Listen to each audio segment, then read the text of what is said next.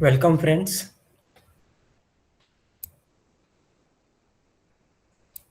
I am Hemant Agarwal, host and coordinator of a webinar conducted by chshelpforum.com. This website is specifically relating to various issues that can be experienced in societies and has very simple language articles, various draft of applications, over 140 earlier webinar videos, and more is being added. This knowledge and experience sharing webinar is conducted in very simple, ordinary, non-technical and non-legal language and can be easily understood by all our friends. Today's topic is, आज का विषय है records and registers, manipulation by managing committee and action under section 154B27. Typically देखा जाए तो लगभग हर society में managing committee जानबूझ के या मस्ती करने के लिए या और कई कारणों से सोसाइटी के रिकॉर्ड्स, रजिस्टर्स, अकाउंट्स, डॉक्यूमेंट्स से छेड़खानी करते रहते हैं। कुछ काम नहीं है तो ये चेंज कर दिया, वो चेंज कर दिया, ये फाड़ के फेंक दिया, ये पन्ना निकाल दिया, पूरा रजिस्टर रीराइट कर देना है, वगैरह वगैरह काफ़ी कुछ बदमाशियाँ चलती रहती है। उसका उदाहरण में हम आज चर्चा करेंगे कि किसी एक व्यक्ति ने हिम्मत करके कैसे इनको एक्सपोज किया और वो रिकॉर्ड्स रजिस्टर को कैसे ठीक करने पे मजबूर किया रजिस्ट्रार के ऑर्डर्स के साथ में। आज के हमारे स्पीकर हैं श्री वेंकट अय्यर जी। He is qualified as an MBA and a chartered financial analyst, and he works for a company, private company, and is a marathon runner. Marathon में जो दौड़ लगाते हैं। Venkat ji was grossly harassed by his Mulund-based society managing committee on several occasions, and his membership records were fraudulently manipulated. That is called as making material alteration. Material alteration का मतलब ये होता है कि एक ऑफिशियल रजिस्टर में कुछ लिखा हुआ है, उसको काट पीट के कम करना, वाइटनर लगा के ज़्यादा कर देना, या पेज बदली कर देना, या पेज रीराइट कर देना, यानी ओरिजिनल कंटेंट को चेंज कर देना, उसको मटेरियल ऑल्टरेशन बोलते हैं। Material alteration is a criminal offence under section MCS act की बात करें अगर तो under section 146P red with punishment दिया हुआ है 147P में, 3 साल का पनिशमेंट दिया 147P में MCS एक्ट, और साथ में सेक्शन 465 इंडियन पैनल कोड जो आज 336 BNS हो गया है, which attracts up to 3 years of imprisonment. Of course, 146 की अर्जी डेप्यूटी रजिस्ट्रार के पास नहीं फाइल कर सकते, उसको जॉइंट डिविजनल रजिस्ट्रार के ऑफिस में ही फाइल कर सकते हैं 100 रुपये का टिकट लगा के। 2-4 हियरिंग में डायरेक्शंस मिल जाता है प्रोसिक्यूट करने के लिए। Shri Venkat ji will be sharing his various legal recourses that he took successfully up to now. So on behalf of all our friends, I invite Shri Venkat Ayyar to share his knowledge and experiences. Venkat ji, please take over and thanks. Thank you very much for the introduction, Hemant sir. Is my voice audible, sir? Yes, please go ahead. Good evening and नमस्कार सभी लोगों को. To begin with, I would like to give a few disclaimers. All the views which are expressed in this forum by me are in my personal capacity, and they do not represent any company, entity, or any group. This presentation is made purely on an honorary basis with no materialistic or commercial interests attached to it. The whole objective of this presentation, or this the speech which I am going to share with my friends, is solely to educate everyone about their legal rights, and most importantly the methodology, the mindset. I will be touching a few of the aspects on that front as well, because that is equally important. सबको law के बारे में तो जानकारी होती है, यहाँ वहाँ से तो सब समझ लेते हैं, बट उसको एग्जीक्यूट करना, डिसिप्लिन तरीके से एग्जीक्यूट कैसे करते हैं, फॉलो अप करना, उस चीज पे भी मैं थोड़ा सा I would like to touch upon. तो शुरुआत इस तरह से हुई कि अंडर 154B ये सेक्शन ऐसा है जिसमें it is got immense potential, however it is highly underutilised. Venkat ji, आपका एक थोड़ा ऐसा प्रोविजन है जिसमें वेंकट जी, आपका थोड़ा माइक्रोफोन ऐसे एडजस्ट करिए, आपकी आवाज आ हाँ जा सर, रही है. आपकी आवाज अभी ठीक है सर? हाँ, अभी ठीक है. Okay, go ahead please.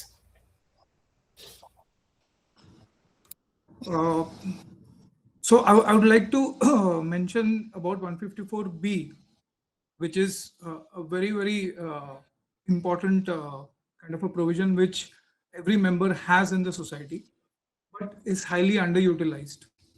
उसको किस तरह से हम यूज कर सकते हैं? It's a very strong kind of a tool which everyone has. जिससे कि it has the it gives a registrar. The registrar has the ability to empower certain directions on the society, and the society is bound to comply. Failing which, there are a lot of legal repercussions which Hemant ji has already touched upon. So to start with, Venkat ji, I am sorry to interrupt again. I would कोशिश just करें कि kind of like to give some background. इसमें ऐसे हुआ था कि वेंकट जी, हाँ sir, कोशिश करें कि ज्यादा से ज्यादा हिंदी शब्दों का प्रयोग करें. हमारे व्यूअर्स जो है, फ्रेंड्स हैं, अरे स्क्रीन आलं ठीक है, पाहिजे ना हे ठीक है. कसं आहे बॉम्बे वैयक्तिक के जो बाहर से बोलतो भी है. ठीक है, थैंक यू. ठीक है, ओके सर, नोट. श्योर.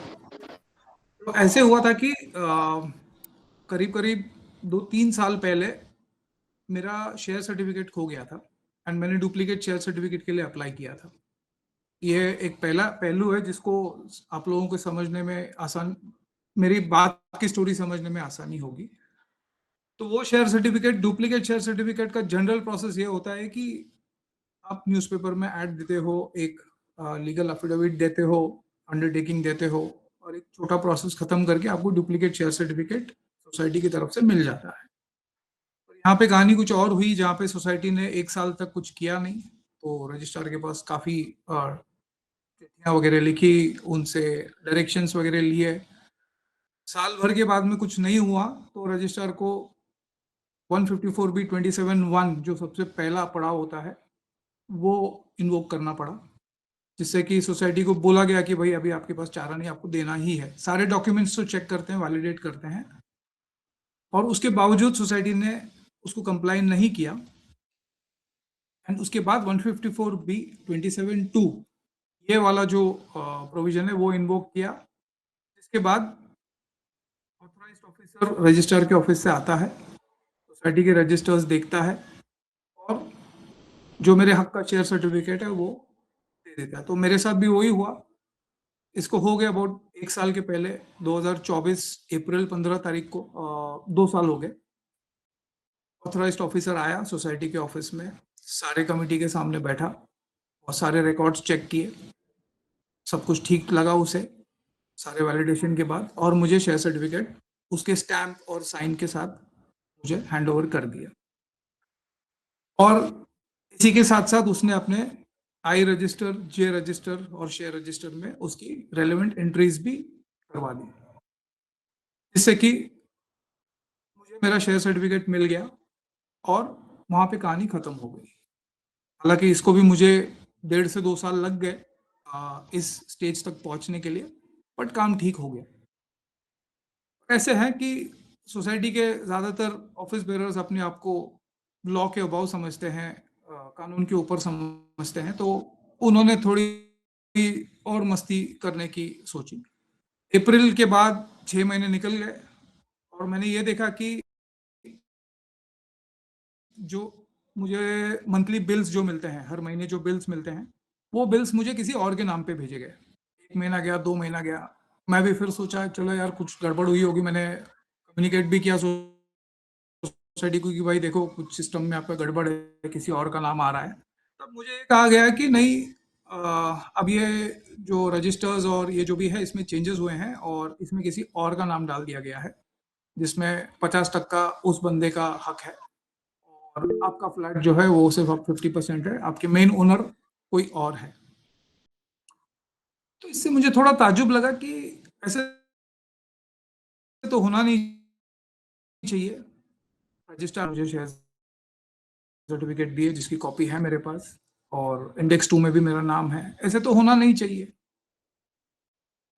भी मेरे नाम पे आ रहे नहीं आ रहे थे, तो जाहिर सी बात है कि फैमिली में तो हड़बड़ी मची होगी। तो उस टाइम पे मैंने थोड़ा सा पॉज लेके एक काम मैंने ये किया जो सभी को मैं सजेस्ट करूंगा कि सोसाइटी से एक सर्टिफाइड कॉपी चुपचाप से मंगा लेनी चाहिए कि भाई हमारे ये हम सबका हक है और इसमें कोई चार्ज भी नहीं लगता, ये फ्री ऑफ कॉस्ट है। तो सोसाइटी से मैंने अक्टूबर के महीने में, अप्रैल में मुझे शेयर सर्टिफिकेट मिला और उसके बाद 3-4 महीने मुझे इनवॉइसेस गलत मिले, तो मैंने एक अर्जी डाल दी सोसाइटी में कि भाई मुझे एक सर्टिफाइड कॉपी ऑफ आई जे और शेयर रजिस्टर की दे दो मेरे रिकॉर्ड्स के लिए। अब क्योंकि तानाशाही मोड में थे और उनको ऐसे लगा कि भाई चलो इसी ये मांग रहा है इसे दे देंगे, हम भी दिखा देंगे कि भाई I am about the law, we are about the law.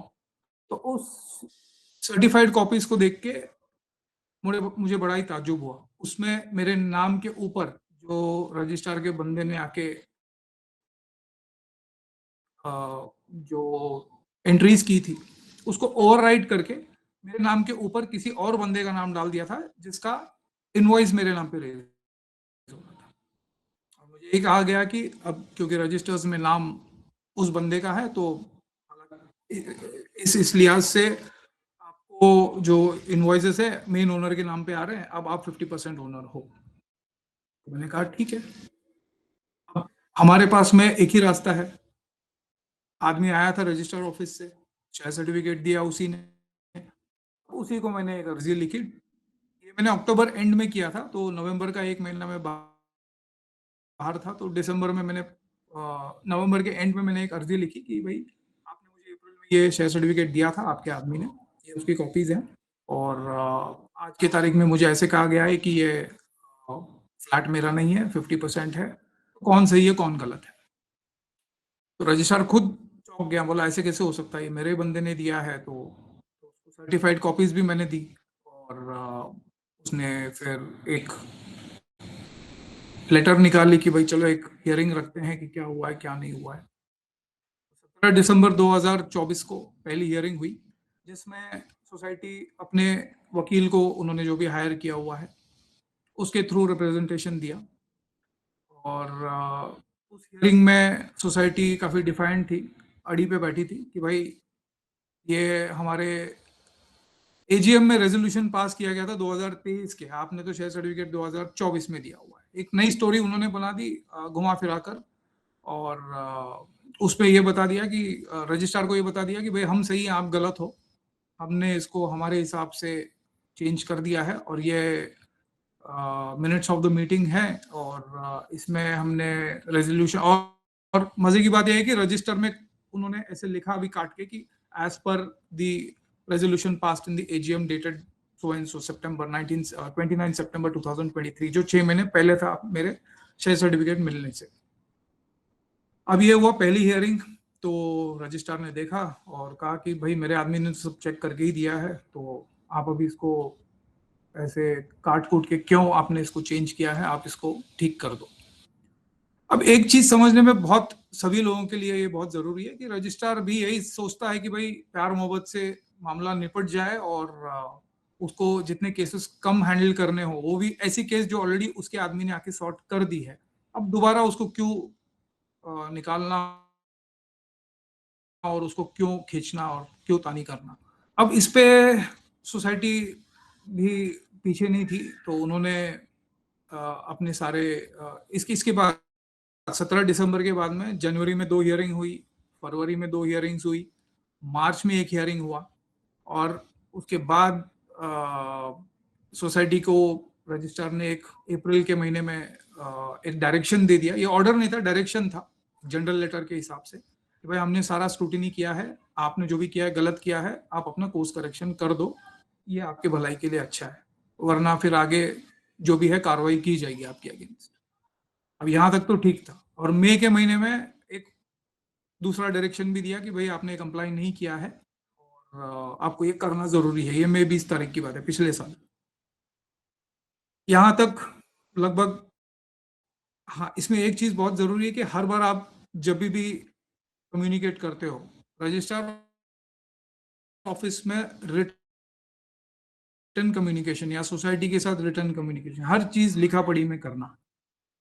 हर एक में आपको कल बहुत काम आएगा, लाइक योर इंश्योरेंस। हर एक लेटर को अपना एक फाइल बना के रखना, अपना फोल्डर बना के रखना, और पेशेंटली इसको, ये एक बिरयानी की तरह है जो आपको नूडल्स की तरह नहीं मिलेगी, ये आपको बहुत आराम से पकेगी तो बहुत ज्यादा स्वाद आएगा इसमें, बहुत इस तरह का है ये।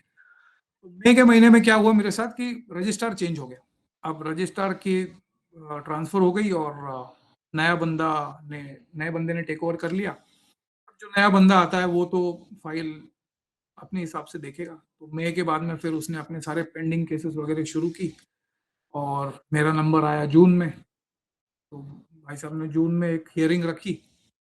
उस हियरिंग में उसने फिर से दोबारा सारा सब चेक किया, साल भर का जो भी चिट्ठा है उसने सब समझ के लिया। और जून के पहले हियरिंग में उसने दोबारा एक जनरल लेटर निकाला, भाई हमारे हिसाब से ये सही है, आपको ये नाम जो भी है रजिस्टर्स में करेक्ट करके उसको एक जो भी कार्रवाई आप करते हो सोसाइटी लेवल पे उसकी एक रिपोर्ट मुझे भेज देना। जून से लेके सितंबर अक्टूबर तक आ गए। अक्टूबर में सोसाइटी ने अपने लॉयर के थ्रू ये लिखा कि आपके ऑथराइज्ड ऑफिसर ने गैर कानूनी तरीके से आके जो भी काम किया है, यूनिलैटरली आपने जो भी है काम किया है, ये एग्जैक्ट वर्डिंग्स है। सोसाइटी ने अपने लॉयर के थ्रू ये सारे रजिस्ट्रार के अगेंस्ट में डाल दी कि भाई आपने जो भी किया है गलत किया है, और सोसाइटी की एक भी नहीं सुनी आपने, हमारा कोई रिप्रेजेंटेशन सुना नहीं, हमने एजीएम में पास किया है और ये आपको हमारा सुनना होगा। रजिस्ट्रार भी एक बार के लिए सोचा कि भाई सोसाइटी शायद बोल रही है, सही बोल रही है, और उनसे एक रिटर्न स्टेटमेंट मंगा के लिया उन्होंने। अक्टूबर के महीने में, अब ये थोड़ा ध्यान से सुनने वाली बात है, अक्टूबर में सोसाइटी ने एक रिटर्न स्टेटमेंट फाइल किया कि भाई ये मिनट्स ऑफ द मीटिंग है ऑफ एजीएम डेटेड 29 सितंबर 2023, मेरे शेयर सर्टिफिकेट के मिलने के 6 महीने पहले की, और इसमें ये मिनट्स में ये रेजोल्यूशन पास हुआ है कि मिस्टर अय्यर का जो फ्लैट है वो 50% है, और so on and so fourth जो भी है। अब रजिस्ट्रार भी अपने हिसाब से देखा है कि भाई रजिस्ट्रार लॉयर ने आके दिया है, वो रिप्रेजेंट कर रहा है तो शायद सही हो, तो उसने एक लेटर ये निकाली कि भाई since this is passed in the AGM, और ये क्योंकि रेजोल्यूशन पास हो चुका था, तो ये मैटर कोऑपरेटिव कोर्ट में जाने लायक है, तो ये रजिस्ट्रार ऑफिस के दायरे के बाहर है।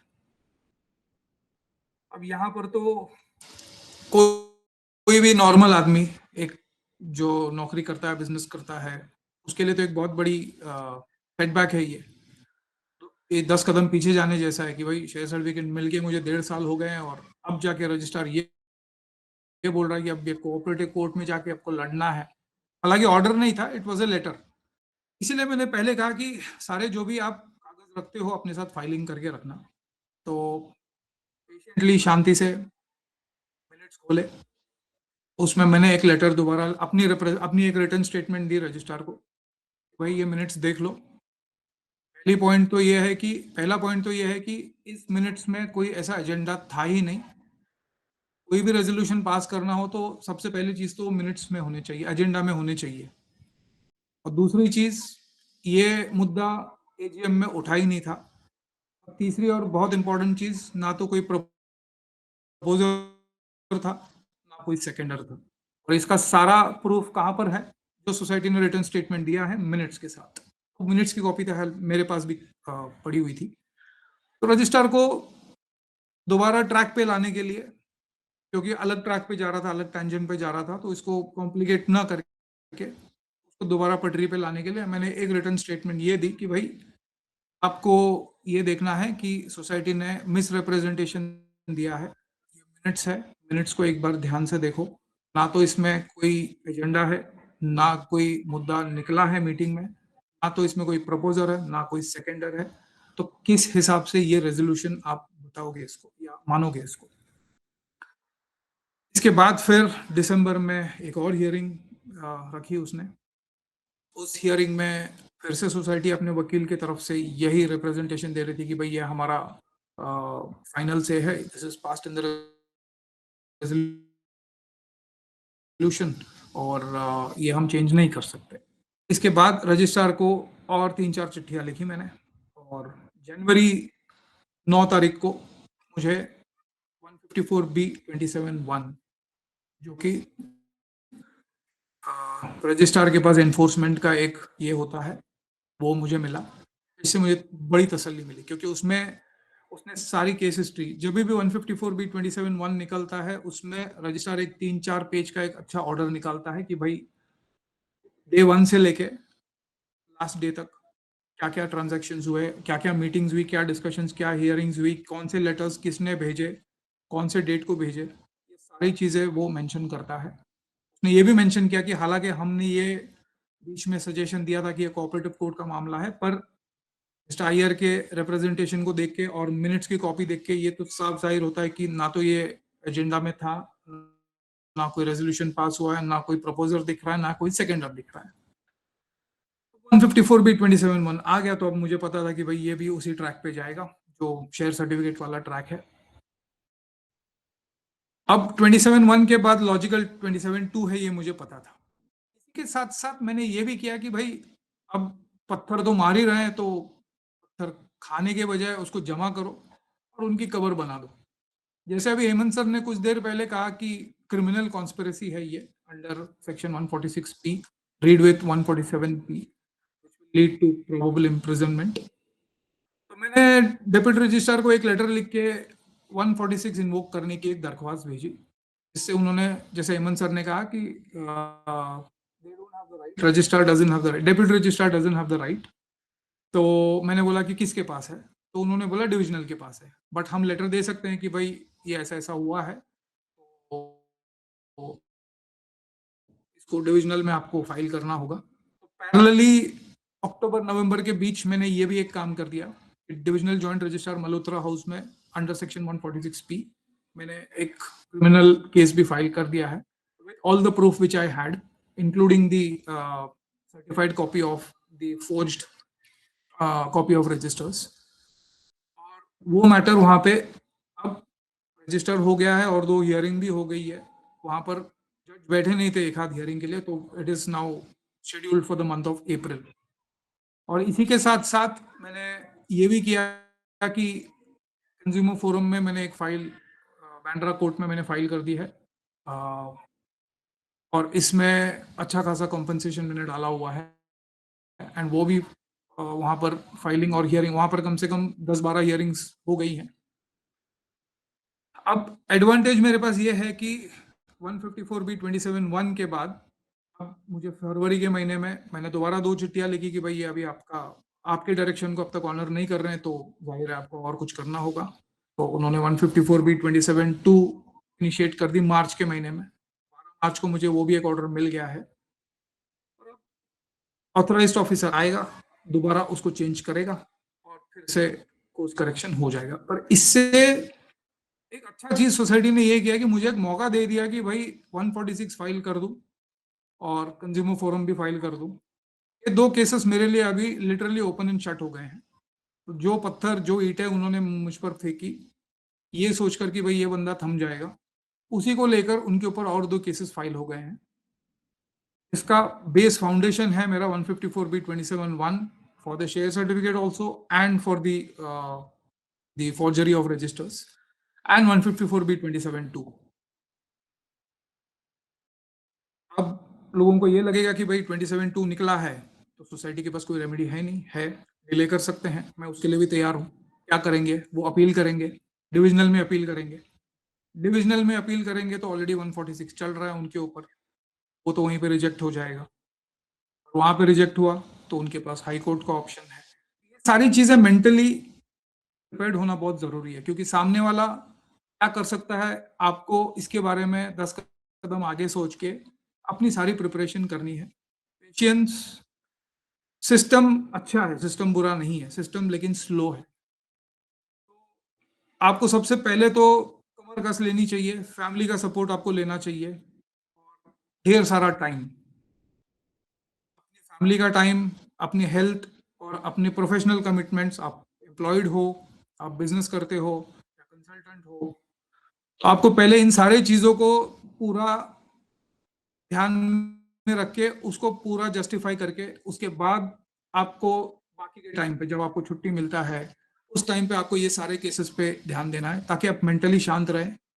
आप सिर्फ केस के बारे में सोचते रहोगे तो आपकी पर्सनल लाइफ जाएगी, ऑफिस में आप ठीक से काम नहीं कर पाओगे, घर पे लड़ाई झगड़े होंगे। आपको अपने फैमिली को भी काफी अश्योर करना है। जो चीज मैं अभी आप लोगों को बोल रहा हूँ वही चीज मैंने अपने वाइफ को बोला है, मेरे मदर इन लॉ को बोला है, जो काफी परेशान थे, आज भी परेशान है, बट अभी थोड़े से काइंड ऑफ रिलैक्स्ड हैं। और आज उन्होंने खुद पिछले हफ्ते मुझे बोला कि भाई सिस्टम तो चल रहा है, ऑर्डर्स निकल रहे हैं, तो आएगा नतीजा अपने फेवर में। तो मोटा मोटी ऐसा है कि एक बेसिक फाउंडेशन को लेके आपको अनडाउटेडली हेमंत सर जैसे और जितने लॉयर्स हैं, आप, मैं डॉक्टर नहीं हूं, मैं लॉयर नहीं हूं, अगर आपको कोई तकलीफ होती है, दर्द होता है, तो आप खुद तो दवाई नहीं खाओगे, चलो सर दर्द है आपने क्रोसिन खा ली, उसके बाद भी नहीं जा रहा है तो आप कहाँ जाओगे? डॉक्टर के पास ही जाओगे। उसी तरह से लॉयर्स ऐसे ही नहीं बने हैं, लॉयर्स ने भी अपने 7-8 साल की पढ़ाई करके, उन्होंने भी अपनी प्रैक्टिस करके शातिर बने हैं, तो हमें उनकी भी हेल्प लेनी चाहिए। पैसे की प्रॉब्लम है, जितना हो सके ड्राफ्टिंग अपना खुद कर लेना, आजकल एआई है, अगर वो नहीं होता तो बैलेंस कर लेना, आधी चीजें लॉयर से समझ लो, किसी और एक्सपर्ट से समझ लो, और उसको फिर अपने आर्टिकुलेशन करना। लेकिन communication in writing with time stamp, both with deputy registrar, divisional registrar, consumer forum या फिर सोसाइटी, इन सब का जो है लिखित में सब कुछ आपको करना है।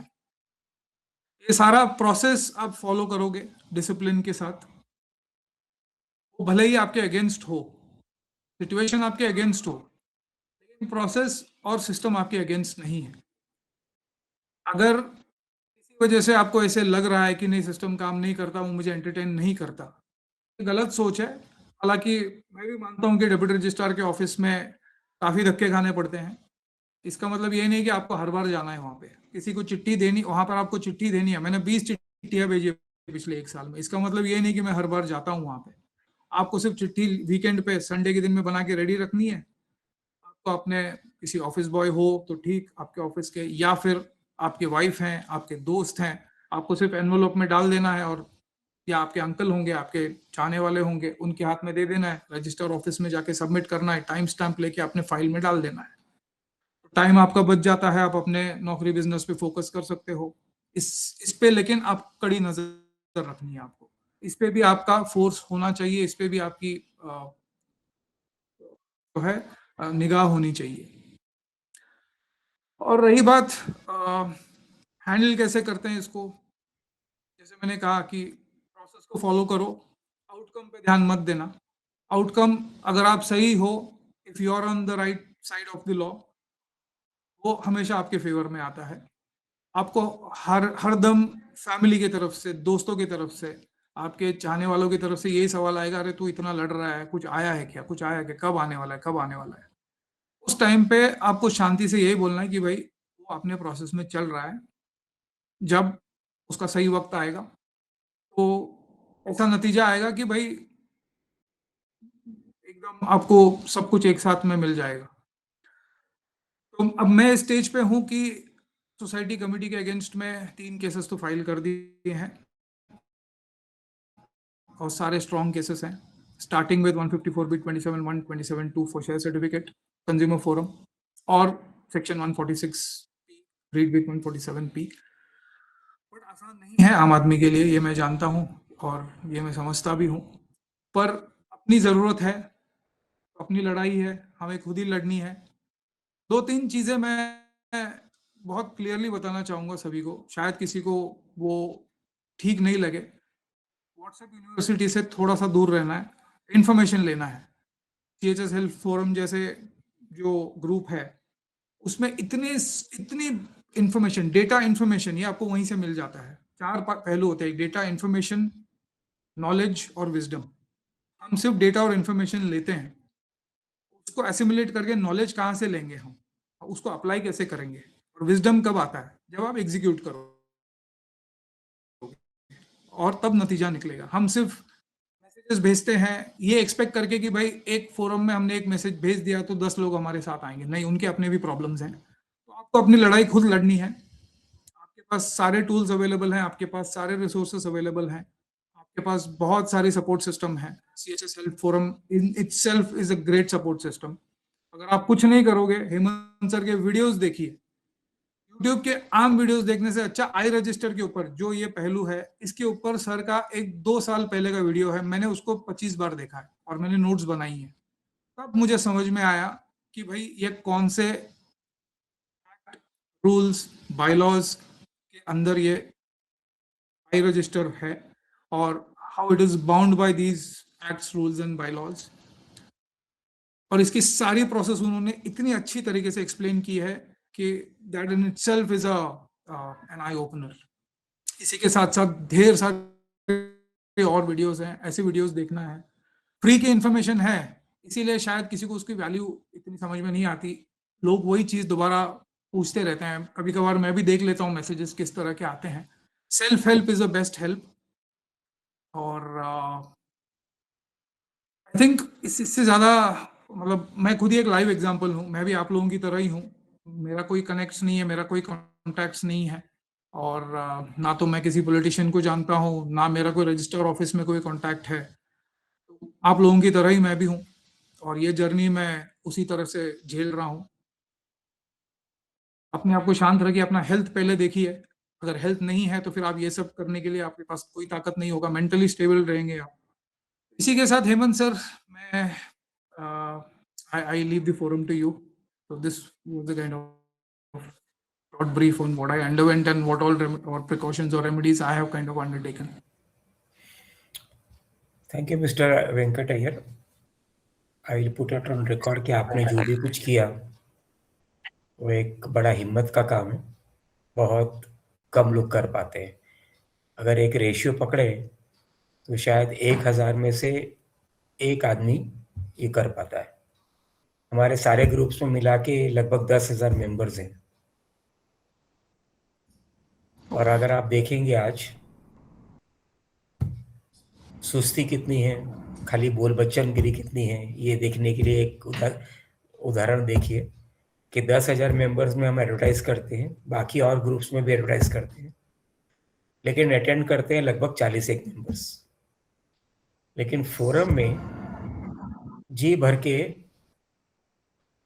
बतियाते हैं, बातचीत करते हैं, बकबक करते रहते हैं।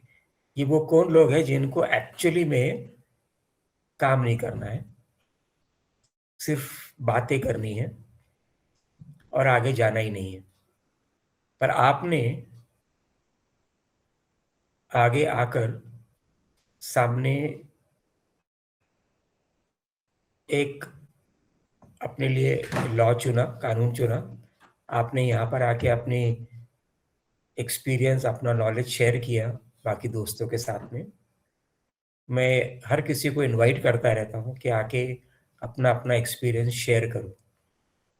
सर जी, वो मुझे एक्सपीरियंस मेरे लिए शेयर करने की आवश्यकता नहीं है। जो आप बोल रहे हैं, जो जैसे अभी संधू साहब आए हैं, तो संधू साहब ने हमारे वेबिनार में 4-5 बार आके अपना अपना एक्सपीरियंस शेयर किया हुआ है। कई लोगों ने उनसे 2 शब्द सीखे, कई लोग आपने जो बोला उससे 2 शब्द सीखेंगे। ऐसे कई लोग हैं जो यहाँ पे आके अपना ज्ञान देते हैं और लोग सीख के जाते हैं। आप कहते हो कि मैंने तनाव लिया, ये एक तनाव का खेल नहीं है। ये एक मजा लेने के लिए अगर खेलोगे तो आपको उसके अंदर ज्यादा आनंद आएगा। आप ये सोचोगे कि मैं रजिस्ट्रार के ऑफिस में 10 बार जाता हूँ, 100 रुपये खर्चा करता हूँ हर ट्रिप का, तो 10 बार गया तो 1000 रुपये खर्चे हो गए। मैं कहता हूँ कि 10,000 रुपये खर्चा करो, मैं कहता हूँ 1,00,000 रुपये खर्चा करो, लेकिन उस चीज का आनंद लो। है ना? जैसे कि आप स्कूल में गए, आपने तो खर्चा नहीं किया स्कूल में जाने का, वो तो आपके बापू ने, अम्मा ने खर्चा किया, और मजे तो आपने लिए। अब तुर्रा ये है कि आज अगर वो मजे फिर से लेना चाहोगे आप, तो आपको स्कूल के अंदर तो कोई घुसने नहीं देने वाला है ना? चाह कर भी घुसने नहीं देने वाला है आपको। आप बोलोगे 10 गुना ज्यादा फीस ले ले, 100 गुना ले ले, मुझे वो वापस समय लाके दे दे एंजॉय करने वाला। स्कूल में एंजॉय किया होगा ना, बच्चों के साथ में खेला, कैंटीन गए, छुट्टी पुट्टी मस्ती किया, ये किया वो किया, लेकिन वो समय निकल गया। तो जो हम मजे लेते हैं ना, वो समय की कीमत है। आपने जो भी अभी तक किया, वो अपना समय यूज किया, वो दोबारा नहीं आने वाला, लेकिन वो समय की कीमत है। हर चीज की कीमत होती है। शादी किया तो भी एक कीमत थी, बच्चे पैदा किए तो भी एक कीमत है, खुद जाओगे तो भी अपनी कीमत चुका के ही जाने वाली हो। हर चीज की कीमत है। तो आई will again thank you and I will appreciate your करेज। आप हमारे दोस्तों को ये भी बता दीजिए कि थैंक यू आपने सर। 2-2.5 साल से ये सारी स्ट्रगल किया, अंदाजन क्या एक्सपेंडिचर किया रहेगा आपने। और दूसरा ये बताइएगा साथ में बाद में कि क्या वो एक्सपेंडिचर जो कर दिया आपने ऑलरेडी, 100 रुपये खर्चे कर दिए, तो क्या आज आपको वो 100 रुपये खर्चा करना कमी महसूस हो रहा है क्या आपको? आपको वो ऐसा लग रहा है क्या कि अरे मैंने 100 रुपया खर्चा किया, आज मेरे पास होता तो मैं ये कर लेता, ये कर लेता, ये कर लेता। वो जो खर्चा कर दिया उसकी कमी महसूस हुई क्या आपको? ये दोनों प्रश्न को उत्तर दीजिए, फिर हम एक छोटा सा ब्रेक लेंगे सर। अय्यर साहब। सो इसमें एक लॉ है, लॉ ऑफ डिमिनिशिंग रिटर्न्स करके हमने सबने सुना होगा, लेकिन मैंने जो किया है मेरे लिए ये लॉ ऑफ इंक्रीमेंटल रिटर्न्स है। मैं ये क्यों बोल रहा हूँ, क्योंकि जब मैंने शेयर सर्टिफिकेट के लिए 154B 27(1) और 27(2) के लिए जितनी लड़ाई की और जितना मेहनत किया, उसका 1/10 मेहनत मुझे दूसरी बार लगा। ये हुआ पहला बात। और दूसरा, एनीवेज कितना एक्सपेंस हुआ है वो मैं उसको एक्सपेंस नहीं समझता हूँ, मेरे लिए वो एक इंश्योरेंस की प्रीमियम है, और ये मुझे एक बहुत बड़ा अमाउंट मेरे हाथ में देगा, मुझे पता है। तो उस लिहाज से अगर मैं देखूं तो I look at it differently. मैं एक तो तजुर्बा, इसकी तो मैं कोई कीमत ही नहीं लगाऊंगा, क्योंकि आज मैं फोन पर सब काम कर सकता हूँ। रजिस्ट्रार के ऑफिस में एक आध दो जो भी पियून होंगे या जो होंगे, मुझे जाने की जरूरत ही नहीं है वहां पे। मैं एक फोन करता हूँ कि भाई वो आदमी है, लेटर रेडी है, मैं अपने किसी ऑफिस के बंदे को या और किसी को भेज सकता हूँ। लेकिन ये सब आप इस स्टेज पे कब पहुंचोगे? जब आप इनिशियल ग्राइंड करते हो। हर फील्ड में ऐसा ही होता है, वेदर इट इज रनिंग, आपको पहला 1 साल 1.5 साल जितना आप उसमें अंदर घुसोगे। आप केस ले लीजिए, डिविजनल में केस फाइल करने के लिए मुझे ज्यादा कोई मशक्कत नहीं करनी पड़ी, कंज्यूमर फोरम में ज्यादा कोई मशक्कत नहीं करनी पड़ी, क्योंकि मुझे पता था कि सिस्टम कैसे काम करता है, मुझे करना क्या है, किसके थ्रू करना है, with minimal disruptions to my personal life. अगर मैं ये सारी चीजें आराम से कर सकूं, तो भागने वाले कौन है? भागने वाली सोसाइटी है, मैं तो भागने नहीं वाला। मुझे तो बस फोन पे काम करना है, मेल पे काम करना है और रिमोटली काम करना है। ये सारा ऑटो पायलट जैसा हो गया। मुझे अगर कोई डॉक्यूमेंट ड्राफ्ट करना है, मेरे पास मेरे एआई के मॉड्यूल्स हैं, उससे मैं 10-15 मिनट में सभी चीजें कर सकता हूँ। डेट्स याद रहेंगे, आपको इवेंट्स याद रहेंगे, आपके जो कॉन्टेक्स्ट है वो आपको याद रहेगा। आपको अगला चिट्ठी जो लिखना है, मुझे कोई आधा घंटा 1 घंटा बैठना नहीं है, 2-3 मिनट में अगली चिट्ठी भी बन जाती है। फॉलो अप होगा, उसको दे के आने में भी कोई दिक्कत नहीं है, और किसी के थ्रू कर सकते हैं, ताकि आप अपना सारा फोकस जो है अपने कोर काम में और अपने फैमिली में और अपने हेल्थ पे लगा सकें। बट इस स्टेज पे पहुंचने के लिए हर एक इंसान को पहला साल 1.5 साल तो मेहनत करना ही होता है, क्योंकि रजिस्ट्रार के ऑफिस में कोई भी केस, इनफैक्ट रजिस्ट्रार के ऑफिस में ही नहीं, डिविजनल में भी कोई भी केस महीना 2 महीने में तो सॉर्ट हुआ नहीं, इसको तो लगता ही है साल 1.5 साल। तो एक है माइंडसेट, इतना माइंडसेट बना के चलो कि भाई ये 2-3 साल का प्रोग्राम है, और आपको इसको जो है, जैसे आपने सही कहा सर, इसको एक खेल शतरंज की तरह खेलो। अगर आप इसको कुश्ती की तरह खेलोगे तो आप हार जाओगे। अगर कुश्ती की तरह खेलो का मतलब यह है कि आप मीटिंग्स में जाते हो, चिल्लम चिल्ली करते हो, मारा मारी करते हो, उससे आप नहीं जीतोगे, क्योंकि कमेटी 18 साल से बैठी है, वही राजकरण कर रही है, वही अमिताभ बच्चन है, अय्यर साहब, वही मुझे डॉन आप है। ये बताइए, तो अय्यर हमें साहब ये सिर्फ बताइए कि जो पैसे खर्च कर चुके ऑलरेडी, जो कल बीत गया, खत्म हो गया, जो कल जो पैसे खर्चा कर दिए ऑलरेडी, वो आज चुभ रहा है क्या आपको? नींद नींद हराम हुई क्या आपकी वो पैसा नहीं, खर्चा करके? मैं और पीसफुली सो रहा हूं मैं,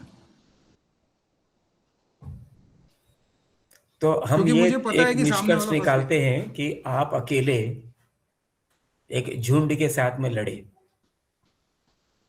है ना? यस। आप अकेले एक झुंड के साथ में यस। लड़े। तो वो अकेले से यस। अकेले लड़ने में मजा है या अकेले से एक झुंड में लड़ने में मजा है? दूसरा कैसा है कि आज आप झुंड से लड़ अनडाउटेडली लिए, आज आप एक झुंड से लड़ लिए। अभी आपको एक मजेदार चीज बताता हूँ। जैसे मैंने बताया कि हर चीज की एक कीमत होती है। झुंड से लड़ना ना तो स्कूल में सीखने मिलने वाला है, ना तो कॉलेज में, ना तो जिम में, ना तो फ्रेंड सर्कल के पास में, ना तो कहीं पर भी। झुंड से लड़ने के लिए आपने 100 रुपया खर्चा किया, झुंड से लड़ने की कीमत आपने अदा कर दी। अब उस सबसे बड़ा मजेदार चीज, अब वो झुंड दोबारा आपसे नहीं लड़ेगा, क्योंकि आप खुद ही एक बड़े से झुंड हो गए हो। आप खुद ही एक बड़ा सा ग्रुप हो, अकेले में ही एक बड़ा सा ग्रुप हो। Anyway, thank you mister Iyer, and we will take a short break of thank you sir. 2 minutes for our sponsors. Please bear with us. Today sure. we are going to have more interesting sessions. All our seniors are also here. We will speak to them also. Thank you. Just hold on for 2 minutes, please.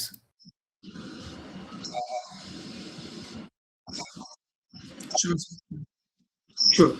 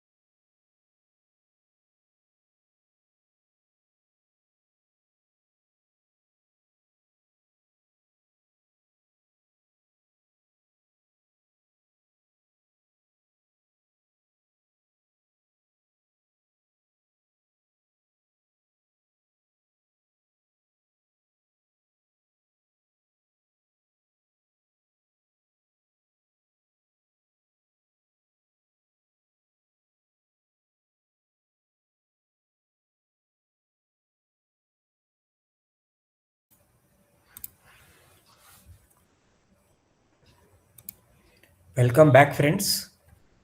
With the permission of all our friends, we will take up questions only relating to today's topic.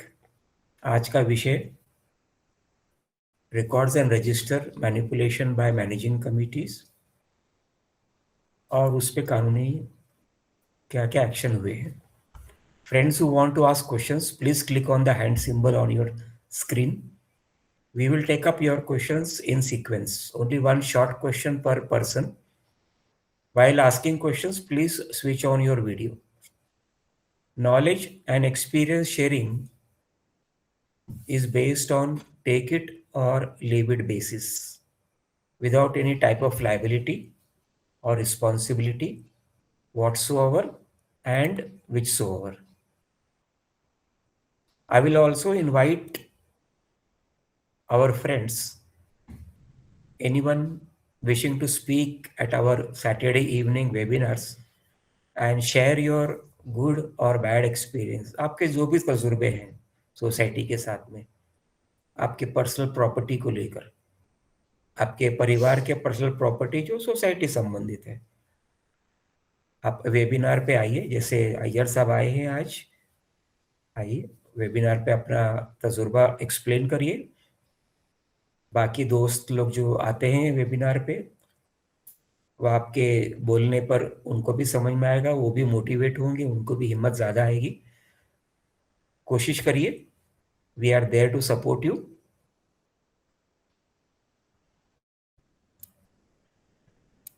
So now we will proceed for our question and answer session. Mr. Kuldeep Sandhu, please. Mr. Kuldeep Sandhu, sir. Welcome back, sir. Thank you, sir. Thank you very much. And my sincere thanks to Iyer साहब, जिन्होंने बहुत अच्छी तरह अपने examples दे के हम सबको motivate किया और बताया कि सोसाइटी में क्या क्या होता है और हमको क्या करना चाहिए. तो सर मेरा मोर देन अ क्वेश्चन थोड़ा सा I just want to compliment what Iyer साहब जस्ट सेड दैट आपने सवाल पूछा सर कि खर्चा कितना हुआ और अभी आपको क्या फील हो रहा है कि भी वो खर्चा जो हुआ वाज इट वर्थ इट और you could have done better with that. Sir सबसे पहले तो I would like to also tell सब मेंबर्स को मैं ये बताना चाहता हूँ कि देखिए ये सिविल कोर्ट का या क्रिमिनल कोर्ट का कोई केस नहीं होता है.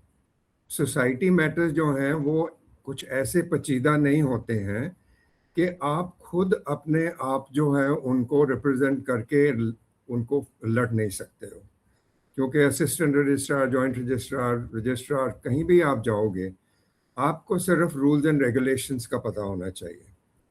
अभी मेरे को बिल्कुल ज़ीरो रूल्स एंड रेगुलेशन पता थे.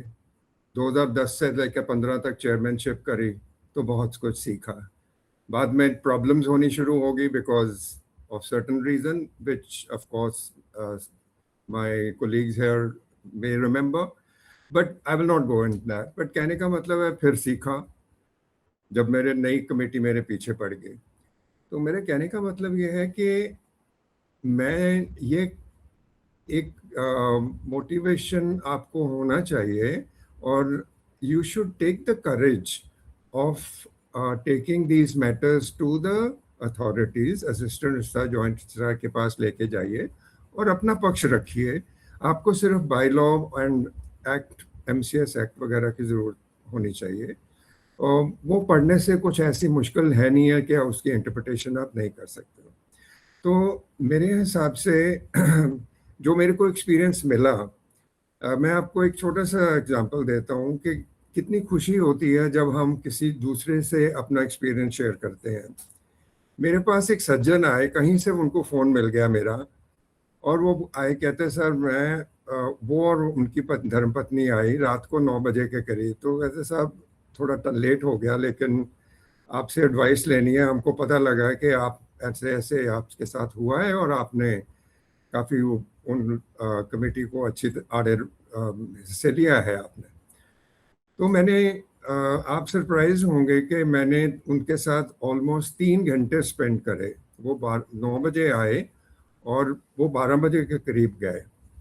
तो मैंने उनको, वो मेरे को ये पूछते रहे, सर मैं इसके लिए एक लॉयर रख लूँ, लॉयर ले लूँ? तो मैंने उनको बोला, देखिए ये गलती कभी मत करना।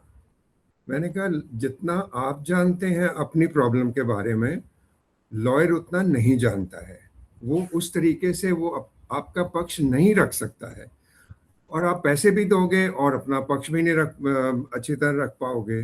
तो आप खुद ये जो बायलॉज हैं, एक्ट है, ये चीज़ें आपको पढ़नी चाहिए और अपना पक्ष रखिए जाके। तो मैं आज इस गैदरिंग को और हेमंत सर के सामने ये बताना चाहता हूँ कि वो अभी ये बात कोई 2 साल पुरानी हो गई है, और वो अपना ही उन्होंने सब कुछ किया, अपने आपको ही उन्होंने एप्लीकेशन लिख के उन्होंने ये केस आगे बढ़ाया, और उनको रिजल्ट मिल रहा है। और सबसे ज़्यादा उनको खुशी जो ये है कि मैंने ये एडवाइस किया उनको कि भाई वकील मत लेना। तो he is so grateful to me. So what I'm trying to say is we are there to help. Hemant sir इतना एफर्ट करते हैं, we are there to help. My phone number can be taken from Hemant sir. किसी को कोई issue हो, problem हो, मैं जितनी जानकारी रखता हूँ मैं ज़रूर वो शेयर करूँगा और आप लोगों को एडवाइस कर सकता हूँ कि ऐसे आप करिए। और ये सब चीज़ें जो हैं हो सकती हैं, ये नहीं है, कोई बड़ी बात नहीं है कि भाई ये इसमें हमको कोई ज़्यादा लॉ की ज़रूरत है। तो सर मैं यही रखना चाहता था कि खर्चा तो होता थोड़ा बहुत। मेरे को 146 के 3 अप्रूवल्स मिले हैं, 148 के जॉइंट सर ने 3 अप्रूवल्स दिए, उसमें खर्चा हुआ क्योंकि उसको मैंने कोर्ट में लेके जाना पड़ा सिविल। एक्चुअली तो मैं उनको भी प्लीड कर सकता हूँ, लेकिन मैंने बोला कौन झंझट करेगा कि आप every time you go and this thing. But एक चीज़ का मैं आपको बताना चाहता हूँ कि ये 146, 148 के तहत जो अप्रूवल मिलती है और आप कोर्ट में जाते हो, इसमें कुछ कोर्ट्स जो हैं वो ज़्यादा ध्यान नहीं देती हैं। तो मेरे हिसाब से तो ये सचमुच में अगर तो आप मतलब कर सकते हो, वो टाइम स्पेंड कर सकते हो, उतनी देर वेट कर सकते हो तो करिए, नहीं तो मेरे हिसाब से 148 में से कुछ ज़्यादा खास निकलता नहीं है। सर मैं इतना ही कहना चाहता था। Thank you very much for giving me the time, and thank you very much Iyer साहब for your thank you sir. Thank you.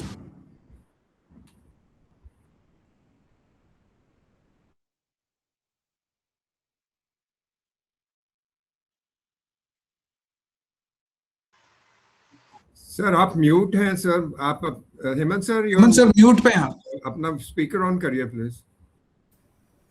Sorry, Ganpat साहब please go ahead, mister Ganpat Rathore.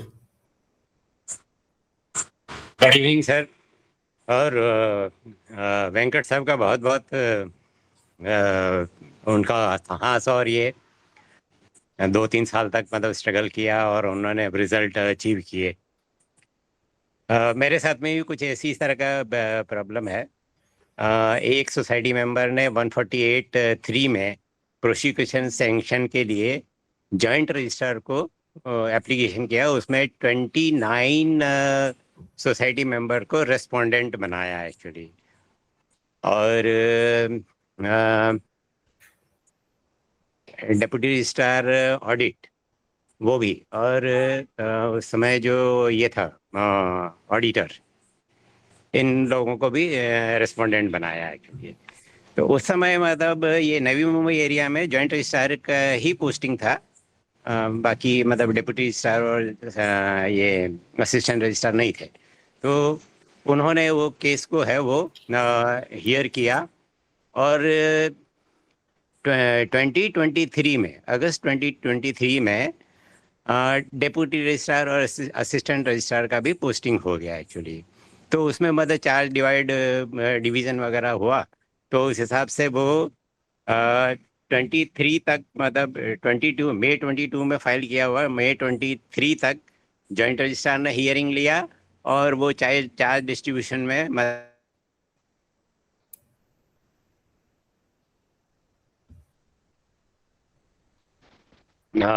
ये दे दिया उनको।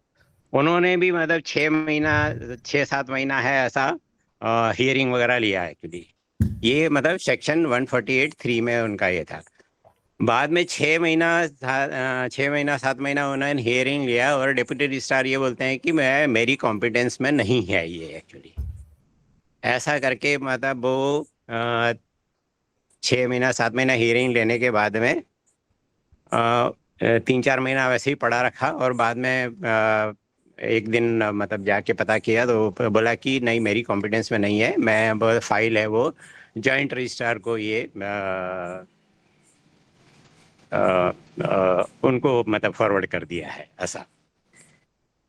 फिर अभी 3-4 महीने पहले जनवरी ना दिसंबर में जॉइंट रजिस्ट्रार ने उनको उसका हियरिंग चालू किया।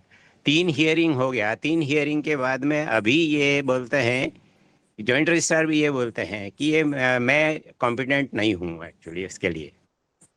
तो मैं उसको ये मिनिस्ट्री से मुझे मतलब करस्पॉन्डेंस करना पड़ेगा और वो पावर अब जब देगी मिनिस्ट्री तो उसके बाद में मैं इसको ये आगे का कार्रवाई करूंगा।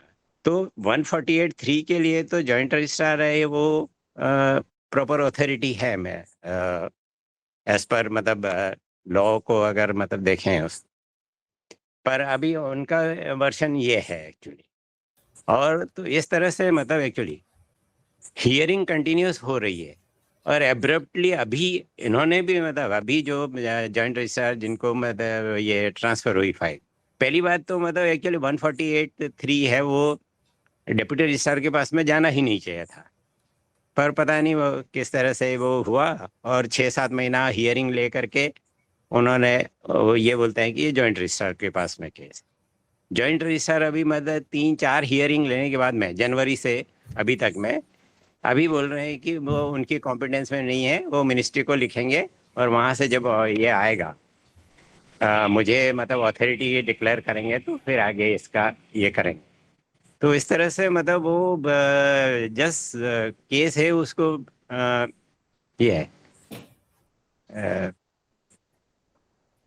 तो आगे मतलब यूँ कि लिमिटलेस मतलब उसको ये है और मतलब सडनली मतलब आफ्टर 4 इयर्स जॉइंट रजिस्ट्रार ये बोलते हैं कि ये उनकी कॉम्पिटेंस।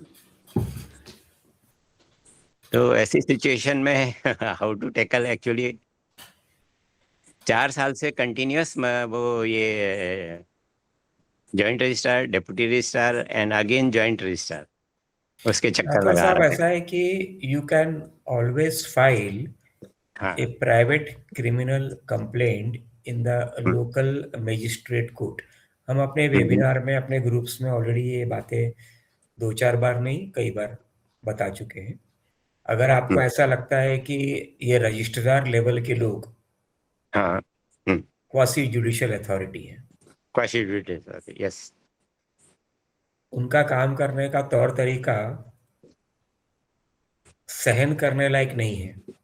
सहन करने लायक नहीं। आप तो टैक्स भर रहे हो, उसी बिल्कुल टैक्स के पैसों से उनको अपना पगार पानी मिल रहा है और उनको ऐसा लग रहा है कि उनका पगार पानी शायद हवा से कहीं ऊपर से कहीं जा रहा है, बारिश की तरह टपक रहा होगा। हाँ तो उनको उसकी कदर नहीं होती है।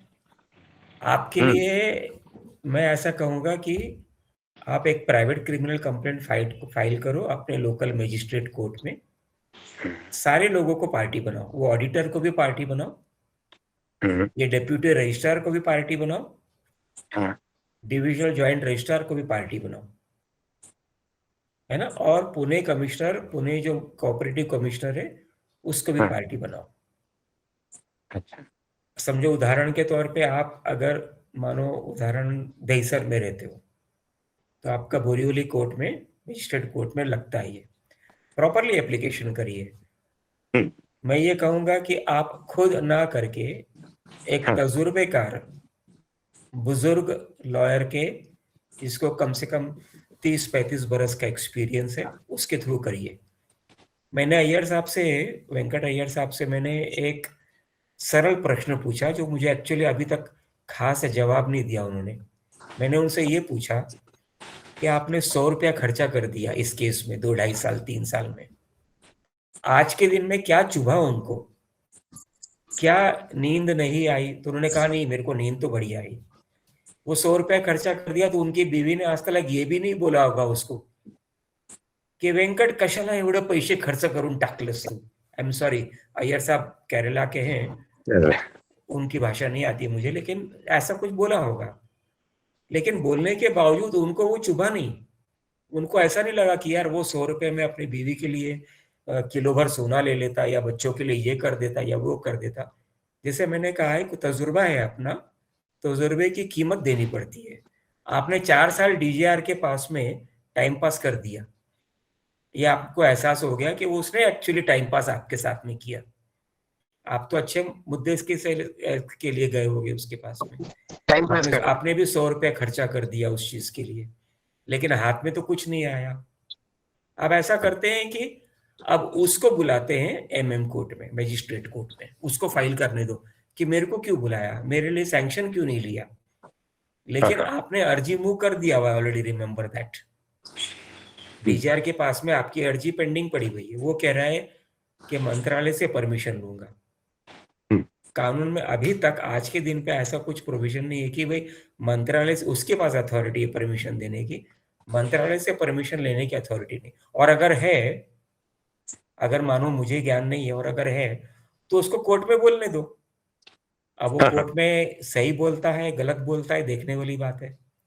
आपका एक ऑर्डर से बाकी जितने भी फ्रेंड्स हैं यहाँ पे, उनको ये पता चल जाएगा कि भाई डीजीआर ने क्या किया, क्या एक ऑर्डर निकाला। मंत्रालय से ऑर्डर लेके आके फिर परमिशन देगा वो, तो मैं मंत्रालय में क्यों नहीं चला गया वापस डायरेक्टली। 4 साल किस बात के लिए टाइम पास किया, तूने तो पैसा बैठ के फुकट पगार पानी खा लिया, पब्लिक को हैरास कर दिया। आप तो समझो अगर दहसर रहते हो तो मंत्रालय जाओगे या डीजीआर के ऑफिस में जाओगे तो कम से कम 100 रुपया तो खर्चा करोगे। 100 रुपया खर्चा कर दिए, लेकिन आना जाना का वक्त भी तो खर्चा हुआ, उसकी भी तो कोई कीमत होती है।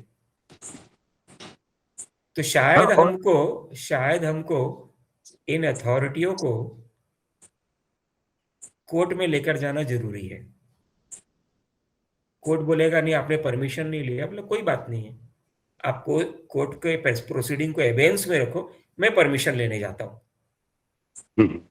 अभी मानो आप डीजीआर हो, राठौर साहब एक प्रश्न आपसे पूछता, आप डीजीआर हो, आपको कोर्ट का समन आता है, आपको कैसे लगने वाला है?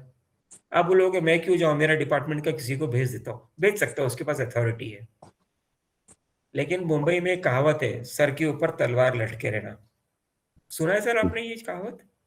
बिल्कुल सुना है। ठीक है, अब उसके ऊपर कहावत लटकी हुई है। वो कोर्ट बोलता है कि ठीक है, मैं कोर्ट अबेंस में रखेंगे, कोर्ट के पास पावर है ये बोल के कि मैं डिस्मिस नहीं करता हूँ, लेकिन मैं पेंडिंग रख दे, अबेंस में पेंडिंग रख देता हूँ, आप जाओ और परमिशन लेकर आओ। अब आप डीजीआर हो, बोलोगे यार ये तो सब पीछे पड़ ही गया है, परमिशन तो लेकर आएगा ही आएगा आगे पीछे। मैं एमएम कोर्ट में, जो एक क्रिमिनल कोर्ट है, जो एक जज का कोर्ट है, जो एक क्वासी जुडिशियल कोर्ट नहीं है, साबित हो गया कि एक सरकारी ऑफिसर होने के बावजूद भी मैंने अपना कर्तव्य प्रॉपरली नहीं किया,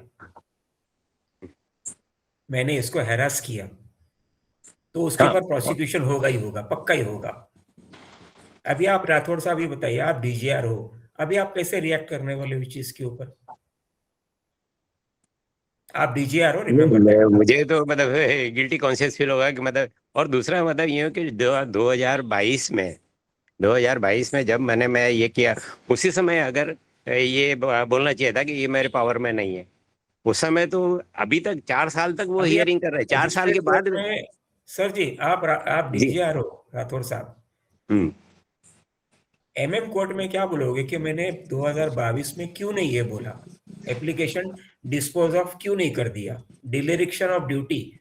डिलेरिक्शन ऑफ ड्यूटी का मायने है मी माझी ड्यूटी बरोबर नाही केलेला आहे, बरोबर। तो आप कोर्ट में क्या बोलने वाले हो, मेरे को इसका जवाब दीजिए। आप डीजीआर हो, रिमेंबर दैट, मैं बार बार बोल रहा हूँ आप डीजीआर हो। नहीं, मैं जवाब ही नहीं दे पाऊंगा इसका। फिर क्या होगा, उसके ऊपर प्रोसिक्यूशन होगा। प्रोसिक्यूशन होगा। और अगर जैसे वेंकट साहब पीछे पड़ गए सोसाइटी के, पीछे नहीं पड़े वेंकट साहब, मैं बाद में बताता हूँ कि क्या हुआ। मानो लेकिन आप पीछे पड़ गए डीजीआर के और उसके खिलाफ प्रोसिक्यूशन हो गया। अभी आप डीजीआर हो, रिटायर होने के बाद में पेंशन मिलने वाला है ना, चैन की सांस लेके पेंशन खाते जाओगे। आज 100 रुपए का पगार है, 20 बरस के बाद में वो जो पेंशन का जो रकम होती है ना, वो पगार से 8 गुना बड़ी हो जाती है, 10 गुना बड़ी हो जाती है। लेकिन जब आपके प्रोसिक्यूशन होगा तो उसकी पेंशन पे भी तकलीफ हो जाएगी, उसको बॉम्बे की भाषा में वाट लग जाएगी। कैसा लगेगा सर आपको राठौर साहब डीजीआर होने के टाइम पे? तो ये स्थिति पहुंचाना है सर आपको। वेंकट साहब उस स्थिति के पास में पहुंच गए, है ना। हम में से किसी ना किसी को तो अपने आप को जलाना है। जैसे हमारे महात्मा गांधी जी ने अपने आप को जलाया, वो हमारे लिए जलाया, है ना।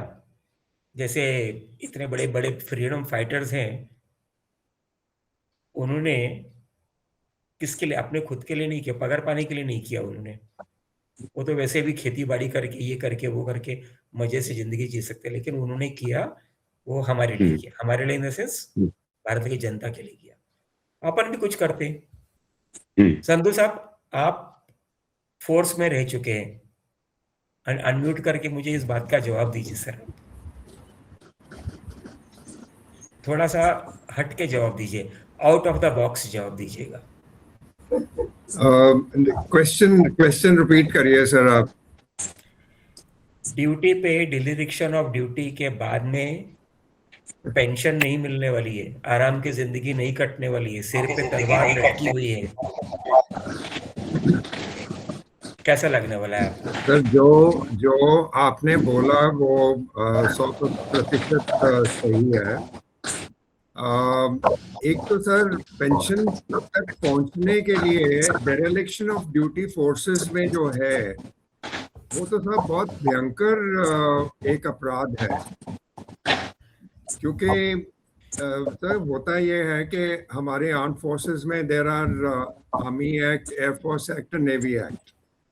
नेवी एक्ट चलता है 1857 में नेवी एक्ट बना था, तो उसके तहत चलता है सर। उसके तहत बहुत सारी इंस्ट्रक्शन दी हुई हैं दैट कैसे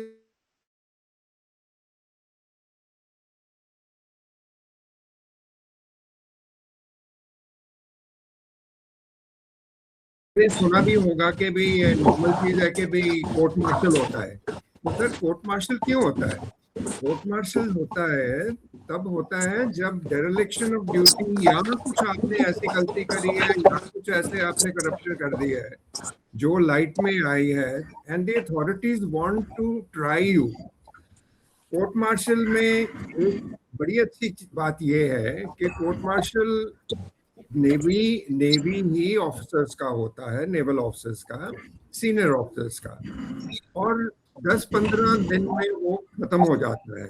you come in front of the court और 10-15 दिन में आपको जो भी उनका डिसीजन है, जजमेंट आपको मिल जाता है। और उसी के साथ sir if you are serving, जैसे आपने बोला, if you get convicted for an a single day of imprisonment, आपकी पेंशन बंद हो जाती है। You will not get your pension. आपको फिर एक फरियाद करनी पड़ेगी गवर्नमेंट ऑफ इंडिया को कि साहब मेरे से ये गलती हुई है, मेरे कम से कम अभी मेरे को माफ कर दिया जाए, मेरी पेंशन तो बहाल कर दी जाए। तो sir I agree with you, but sir मैं एक चीज और कहना चाहूंगा कि ये डेरेलिक्शन ऑफ ड्यूटी का मैंने भी मंत्रालय को एक पत्र लिखा था, and that dereliction of duty was on CIDCO officer। लेकिन मेरे को खेद इस बात का है कि ये जो सरकारी कर्मचारी हैं, हम पंजाबी में बोलते हैं एक ही चट्टे बट्टे के आदमी होते हैं सर। ये सर कुछ नहीं करते। मेरे को उस चिट्ठी का जवाब भी नहीं आया। अभी क्वेश्चन ये है कि मैं एक फ्रंट तो मैंने जॉइंट स्टाफ के साथ खोला हुआ है, दूसरा फ्रंट में अभी मंत्रालय के साथ खोल लूं। अभी अनफॉर्चुनेटली साहब लेट मी इंटरप्ट यू। हाँ जी। For the benefit of our friends, आपने जो बोला I did request you for because of the benefit of Venkat ji and Rathore ji जिन्होंने अपना अपना एक्सपीरियंस बयान किया, लेकिन राठौड़ साहब गए किसके पास में? उस अथॉरिटी के पास में गए जिसको हम कहते हैं क्वासी जुडिशियल अथॉरिटी, जो फेमस है चीजों को सरकमवेंट करने के लिए, है ना। सरकमवेंट का मतलब ये है कि मेनू पे लिखा है आज कांदे पोहे बनने हैं, कांदे पोहे वही मॉर्निंग का ब्रेकफास्ट, लेकिन वो कुक को ये बोल देता है कि एक काम कर, कांदा मत डालना, खाली पोहे पोहे बना देना, कांदे के पैसे बच जाएंगे क्योंकि आज कांदा 100 रुपए किलो, कांदा मीन्स प्याज, तो उसको सरकमवेंट कहते हैं। मतलब एक चीज को जो टिपिकली होना चाहिए शेड्यूल के अनुसार, एक सिस्टम ना, एसओपी है, स्टैंडर्ड ऑपरेटिंग प्रोसीजर है कि चलो भाई पोहे में ये पढ़ना ये पढ़ना ये पढ़ना, एक काम कर ये निकाल दे, इसको कम कर दे, that itself is direction of duty. आज अगर आप राठौड़ साहब या वेंकट साहब या आप सेम मैटर को लिमिटेशन एक्ट के दायरे में है, अगर कंटिन्यूइंग कॉज ऑफ एक्शन है, कंटिन्यूइंग ऑफेंस है, तो प्रश्न ये आता है कि क्या हम इस चीज को लेके सिविल कोर्ट में दायर कर सकते हैं? नहीं कर सकते, क्योंकि मानहानि हुई है मेरे को डैमेजेस भी हुई है, मेरा आना जाना भी, मैंने 100 रुपए खर्चा कर दिए पिछले 2 साल में, मेरे को मानसिक, आर्थिक वो शारीरिक ट्रॉमा हुआ है, तकलीफ पहुंची है, उसका मुझे कंपनसेशन चाहिए। सेम बोलेगा, सिविल कोर्ट भी बोलेगा नहीं आप ये करो वो करो, बोले ठीक है कोई बात नहीं मैं करूंगा सर, मैटर को बंद मत करो, मैं लेके आता हूं परमिशन। आप परमिशन मत लाओ ना, साल भर मत लाओ, 2 साल मत लाओ, जब मूड होगा तब ले आना। कोर्ट में केस नहीं बंद होने वाला है।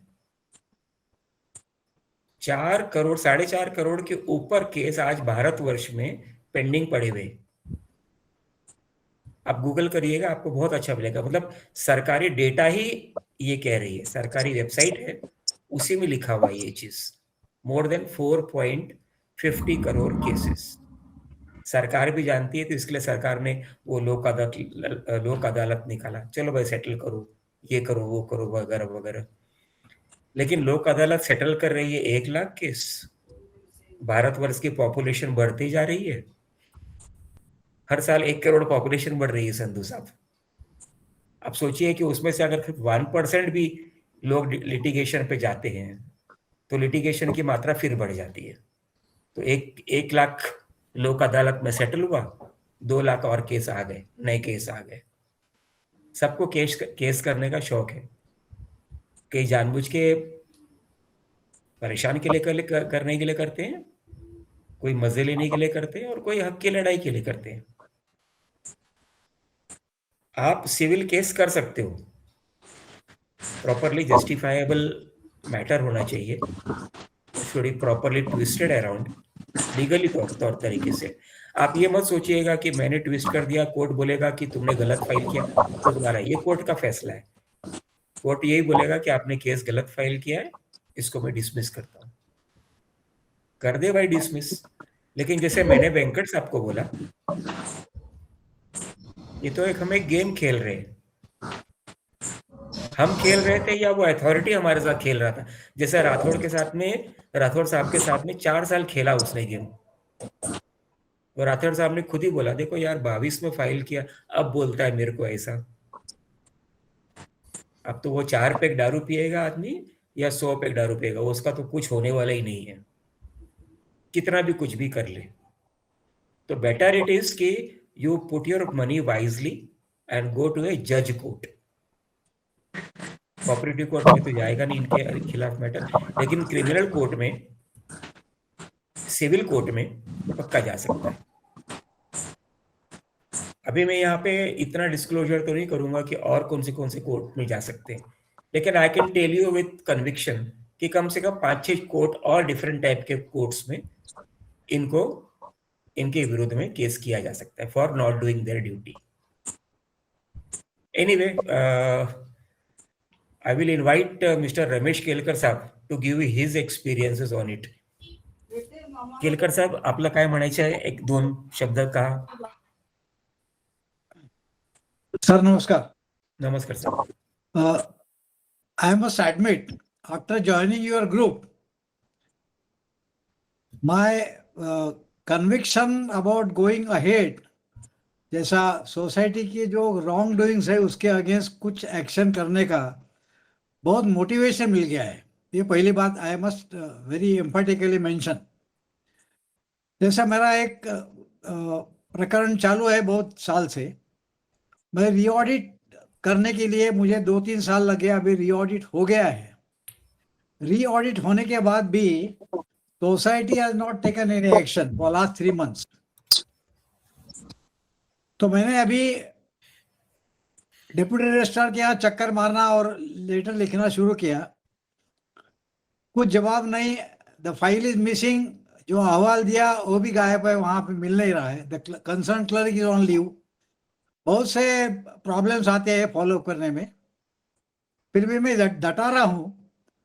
अभी एक लेटर मैंने लिखा डिप्टी रजिस्ट्रार को कि मेरा जून से जो कॉरेस्पॉन्डेंस वेरियस मैटर्स में है उसके बारे में आपने कुछ कॉग्निजेंस लिया नहीं है. इसका कारण मुझे मालूम नहीं, बट आपका कार्यालय ने और आपने इसकी दखल ली नहीं है. अच्छा, ये लेटर मैंने कॉपी कमिश्नर को नहीं भेजा. मैंने ऊपर ही मेल डाले में डिप्टी रजिस्ट्रार, बाद में commissioner, division joint registrar, district registrar और इवन लेखा परीक्षक, इन सबको सबके नाम से लेटर लिखा है. इनका टिपिकल पैटर्न ये है कि ये जवाबदारी जो करने वाला है उसके इसमें डाल देते हैं. डीजीआर ने इमीडिएटली उनको लिख लिया कि आपका एरिया में ये तकरार है, इसका निराकरण कर लीजिए. Similarly, district registrar will also write the same thing.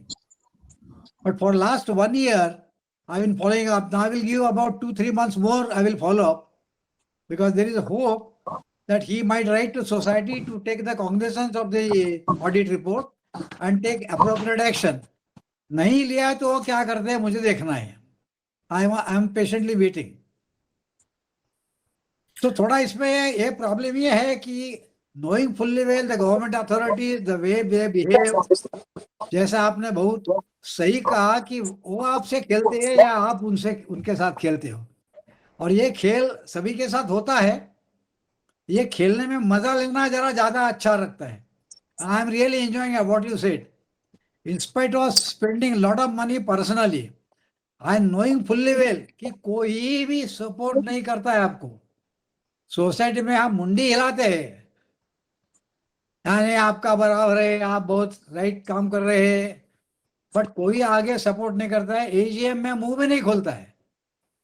ये सब जानबूझ के भी आपने यदि ये काम किया है तो आइदर यू लूज और विन, वो पोजीशन में तो जाना ही चाहिए, ऐसा मेरा कन्विक्शन है. And I am sure I will get the relief in my efforts and get the good judgment. Let us see, and I will get back to you whenever I get success.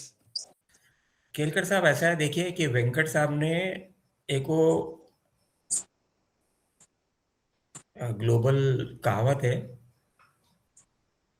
अकेले आए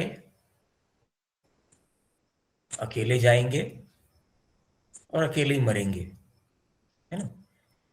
तो हम ये उम्मीद क्यों करें sir? क्या कारण है कि मेरे को कोई सपोर्ट चाहिए?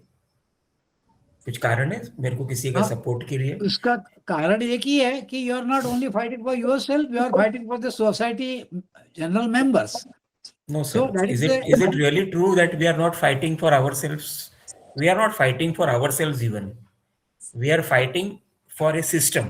अगर मैं वेंकट साहब को पूछूं कि भाई आपका शेयर सर्टिफिकेट में उसने मस्ती कर दिया जानबूझ के या इनोसेंटली या नादानी में या मासूमियत में, कोई भी जवाब हो, लेकिन मेरे को सिस्टम सेट राइट करना है ताकि आप दोबारा वो वाली बदतमीजी दूसरे के साथ ना करो. हम स्कूल जाते हैं तो हमारे टीचर, हमारा प्रोफेसर हमें कुछ चीज सिखाता है.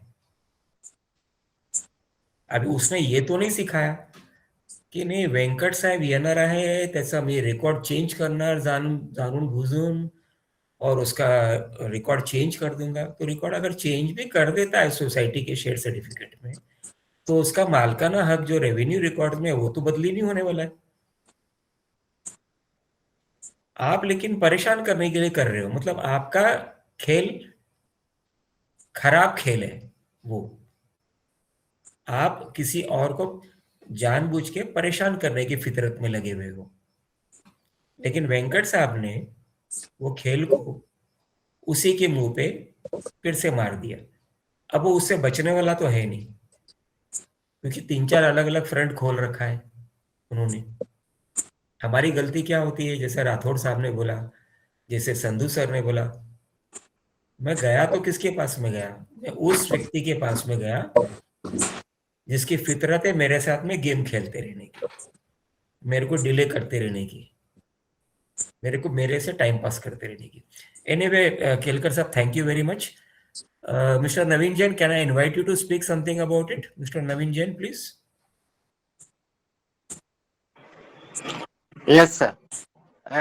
आज का जो वेबिनार था उससे दो चीज सीखने को मिलती है कि एक तो अगर सोसाइटी की मैनेजिंग कमेटी अगर कुछ गलत कर रही है, लॉ के अगेंस्ट में कर रही है, तो यदि मुझे लॉ अवेयरनेस है तो मुझे फाइट करना चाहिए as a member.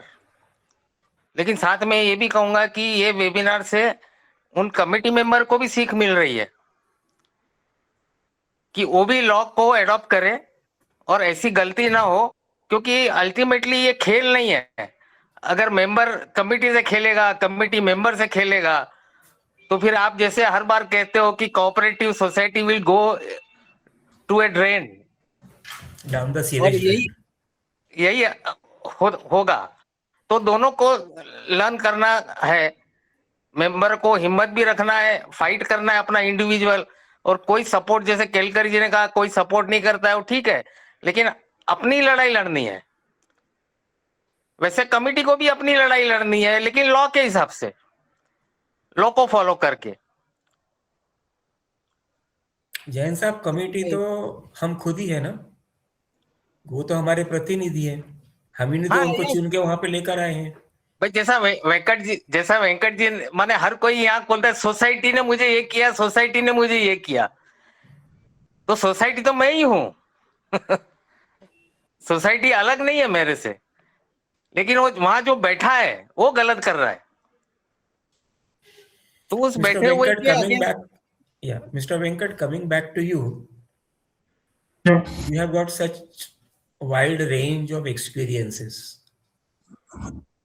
Now, a technical question for you. Would you like to come in the managing committee in near future? If yes, why? And if no, why? When you say who would you like to come, in the sense, थोड़ा elaborate करेंगे? In what sense? No, I am saying कि Miss would Mr. Venkat Iyer like to come in the managing committee? If yes, why? And if no, why? मैं आपको ये पूछ रहा हूं कि अगर आपको मौका मिल रहा है मैनेजिंग कमेटी में आने का, तो क्या आप ज्वाइन करोगे? हाँ तो क्यों, और ना Yes. तो क्यों? Yes. अपने दोस्तों के लिए थोड़ा सा एक एग्जांपल बताइए सर। Sure. मौका मिले तो 100% मैं ज्वाइन करूंगा। In fact as a matter of proof मैं ये भी बताना चाहूंगा, I have stood in the elections and lost by margin of 1 vote. This shows my intent that मैं कंट्रीब्यूट करना चाहता हूँ। ना का तो कोई जवाब नहीं है, क्योंकि अगर मौका मिले तो हाँ ही है। और इसकी वजह यह है कि आज मेरे साथ में जो हो रहा है, एटलीस्ट मैं वहां पे बैठ के ट्राई कर सकता हूँ। इंश्योर तो मैं वर्ड बहुत बड़ा वर्ड है, बट एटलीस्ट एक सिस्टम जो सोसाइटी में अभी बना हुआ है उसमें कुछ सुधार लाने की कोशिश कर सकता हूँ। And that is one single intent with which I would love to be a part of the committee. And contribute in which ever form. मैं ये नहीं बोल रहा हूँ कि मुझे चेयरमैन बनना है, सेक्रेटरी बनना है या ट्रेजरर बनना है, ना तो मुझे उसका कोई शौक है या कोई ऐसा कोई ये रखता हूँ मैं। Even as a simple straight forward normal committee member के तौर पे भी जाऊंगा, तो यस विद द इंटेंशन कि मैं अंदर जाके कोई साफ सफाई करने लायक हो, क्योंकि अभी तो लोगों को पता चल गया ये बाहर रह के इतना कर सकता है, तो अंदर रह के क्या क्या कर सकता है। तो with that intent yes I would join. Sandhu sir, हाँ जी सर, मैं तो अब यही बोल सकता हूँ कि वॉलंटियर करना चाहिए लोगों को। सबसे इम्पोर्टेंट जो चीज़ है वो ये है कि आपको अच्छे मेंबर्स को आपको बढ़ावा देना चाहिए, उनको इलेक्ट करना चाहिए। और हेमंत सर ने शायद मैसेज भी पढ़ा होगा, मेरा एक क्वेश्चन चला था 2 दिन पहले कि क्या what is the best this thing to how to have a good committee. तो सर मैंने 3-4 पॉइंट लिखे थे जो मैंने एक्सपीरियंस मैंने अपने हिसाब से किया था। तो मैंने ये बोला था कि gentlemen, I was chosen the chairman, and in the first meeting itself, I said, see, my priorities are very simple. Their committee will run on 4 principles. The first principle will be that we will operate.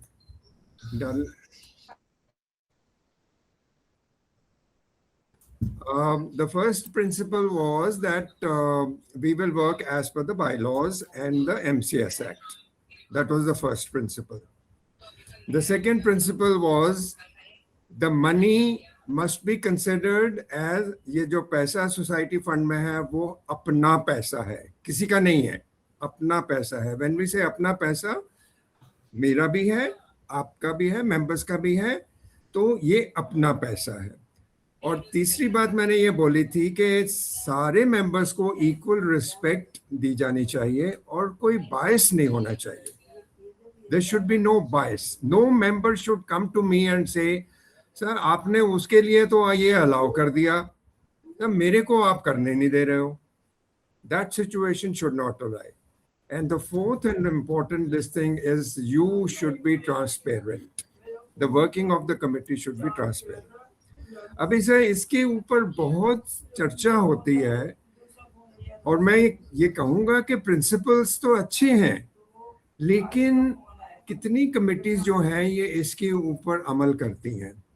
लेकिन मैंने ये भी लिखा था उसमें message में, chairman, secretary and the treasurer, अगर ये 3 आप अच्छे लोग, अच्छे मेंबर्स को इलेक्ट करके ये अपॉइंटमेंट दे सकते हो, तो बाकी अगर 10, 12, 15 आपके दूसरे मेंबर्स हैं तो they will fall in line, they will understand कि भाई ये चेयरमैन, सेक्रेटरी ये हमको कोई बदतमीजी नहीं करने देगा।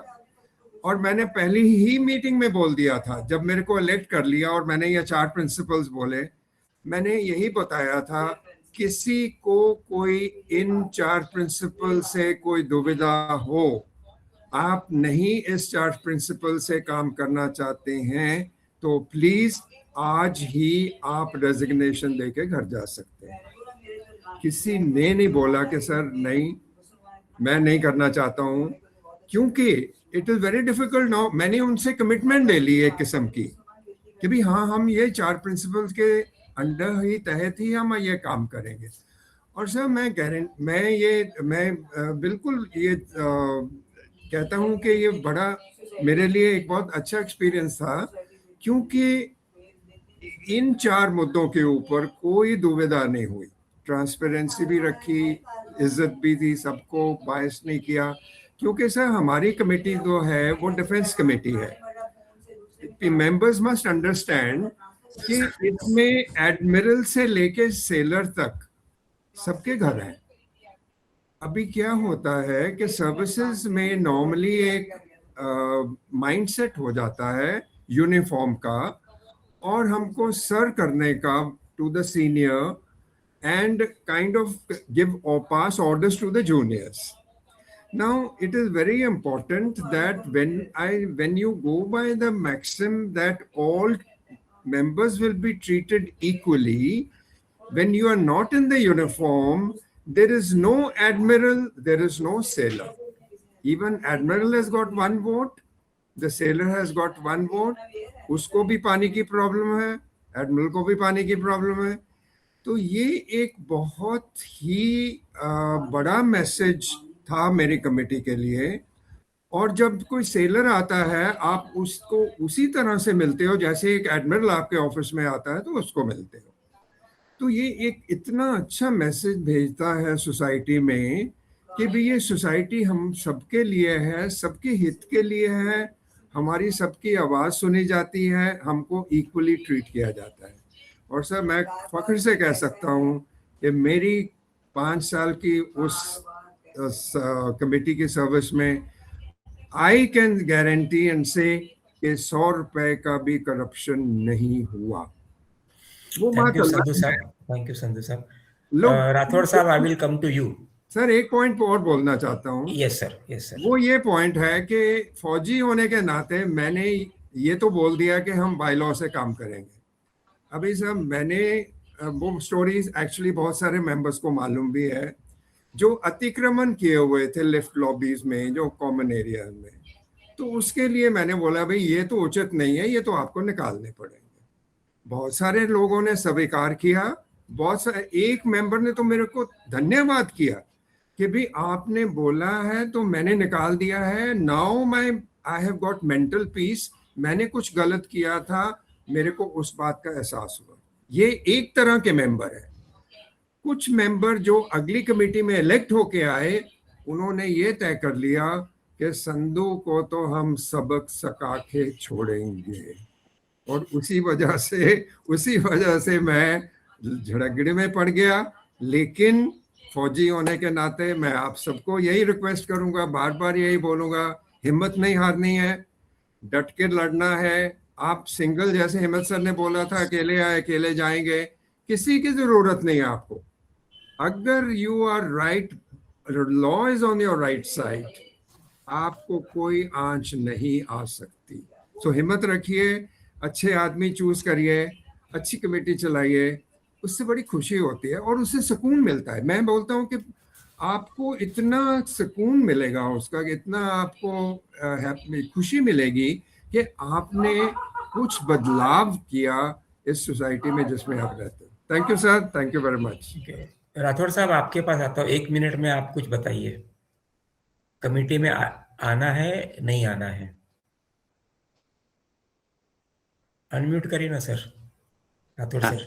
मैं कमेटी में था भी, और जिस समय मैं कमेटी में आया तो मैंने ये बोला वहाँ पे जो भी कमेटी मेंबर्स हैं और वो चुन के आए थे, उनके सबके सामने मैंने ये बोला कि मेरे लिए, सोसाइटी के काम के लिए जब भी मैं ऑफिस में रहूँगा तो मेरे लिए बायलॉज, MCS एक्ट और MCS रूल्स, ये मेरे लिए रामायण, गीता, कुरान या जो जितने धार्मिक ग्रंथ है उसके बराबर होगा. ये एक्चुअली मेरे लिए ये सब कुछ एक धर्म रहेगा और मैं उसके हिसाब से ही चलूंगा. कहीं किसी चीज के साथ में गलत हो रहा है या उसको बात अपनी रखूंगा, तो वो अगर गलत है तो मैं एक्सेप्ट करूंगा, और अगर वो कानून है तो मतलब उसको पालन होना चाहिए ऐसा. तो ये बात है. उसी समय सभी बहुत सारे लोगों को मतलब ये बहुत बुरी लगी, और तब से ही मतलब वो ये सब मेरे विरुद्ध ही बहुत कुछ होने लगा, और अभी तक स्ट्रगल कर रहा हूँ. राठौड़ साहब धन्यवाद. जैन साहब, आप क्या कहते हैं, कमेटी में आना चाहोगे कि नहीं आना चाहोगे, जरूरत पड़ी तो? हेलो. हाँ जी जैन साहब. हाँ, नहीं, कमेटी में आ सकते हैं. थोड़ा नॉलेज का बैकग्राउंड होना चाहिए और कोई ऐसी इच्छा नहीं होनी चाहिए, कोई पद की, पैसे की, करप्शन की ऐसी इच्छा नहीं होनी चाहिए. तो सोसाइटी का काम ठीक चलेगा. और आप अगर ऐसा अंदर रह करके अगर ये बर्ताव करोगे तो दूसरों को भी अनुभव होगा, जो आपके साथ कलीग काम कर रहे हैं उनको भी अनुभव होगा. और आप अपने लिए कर रहे हो, किसी के लिए ऐसा कोई मेहरबानी नहीं कर रहा है. सब अपनी सोसाइटी है, और कोई पद पे है आज, कल वो पद पे नहीं है, और जो आज पद पे नहीं है वो कल पद पे होने वाला है। तो सबको एक एग्जाम्पल पेश करना हर एक इंडिविजुअल को करना पड़ेगा, either Okay. Being a member या बीइंग ए कमिटी मेंबर। तो मैं तो हेमंत साहब एक हाँ, पसंद करूंगा आना। राठौर साहब कुछ बोलने वाले? हाँ, मैंने मतलब ये पिछले 9-10 सालों में एक्सपीरियंस किया है कि मतलब जो कमेटी में आते हैं उनका ये मतलब सोच है कि जैसा ये नवीन साहब ने और वेंकट साहब ने भी बोला कि we are about the law. मतलब ये एमसीएस एक्ट या बायलॉज या एमसीएस रूल्स वगैरह कुछ नहीं है, या इलेक्शन रूल्स वगैरह कुछ नहीं है, हम बोलेंगे वो लॉ है। वो मतलब आज तक भी वो इस तरह के जो लोग हैं उनमें अभी भी वही चीज है एक्चुअली। और वो रजिस्ट्रार लेवल पे या जहाँ पे भी है वो मैनिपुलेशन के उसमें उनको राठौर साहब एक प्रश्न कुछ- पूछता हूँ आपसे, थोड़ा सा अलग से हटके है। जी वेंकट साहब के लिए भी है, संधू साहब के लिए भी है, नवीन के लिए भी है, एंड हमारे बाकी दोस्तों के लिए भी है। लाल मिर्ची खाते हैं वेंकट साहब, राठौर साहब? लाल मिर्ची, मैं हरी मिर्ची पे शिफ्ट हो गया हूँ सर। लाल सब्जी में मिर्ची क्यों नहीं खा लाल खाता था। मिर्ची क्यों नहीं खा रहे सब? लाल मिर्ची क्यों नहीं किसी ने खा रहे? बताया कि हरी मिर्ची खाने से थोड़ा हेल्थ के ऊपर अच्छा रहा। मतलब खाना है, लेकिन मिर्ची खाना ही खाना है। हाँ, मिर्ची खाना। अब पता भी चले कि भाई एसिडिटी हो रही है, पेट जला रहा है, बीपी हाई कर सकता है, हाइपरटेंशन कर सकता है, फिर भी खाएंगे अपन। व्हाट डू यू से राठौर साहब? हम कम कर वेंकट सकते हैं, साहब, डू यू प्रोपोर्शन ईट थोड़ा कम रेड कर चिलीज? सकते Venkat sir, do you eat red chilies? मेरा और I'm spice just, it is an out of मेरा और box स्पाइस के question. साथ में 36 है। या Okay. मैं प्रैक्टिकली बोल रहा हूँ, बचपन से ही मेरा और और कोई तीखे के आंसर साथ करेगा? 36 है। संधू सर, आप मेरा आंसर बेटा मेरे करेंगे? से ज्यादा तीखा खाता है। सर ये जो हरी मिर्ची की बात कर, लाल मिर्ची की बात कर रहे हो आप, सर ये तो साथ ही मिलती है। When you order a dish in the restaurant, वो लाल मिर्ची हरी मिर्ची ये प्याज और नींबू ला के देता है। तो सर ये भी एक जरूरी बात है जो मैं अभी कहना चाहूंगा, आपसे शेयर करूंगा। मैंने ये भी बोला था, हालांकि हम लोग आए हैं सोसाइटी मेंबर्स की सेवा करने के लिए, लेकिन गाली खाने के लिए भी तैयार रहना। तो ये लाल मिर्ची तो गाली है, तो लाल मिर्ची आने दो सर, क्या फर्क पड़ता है?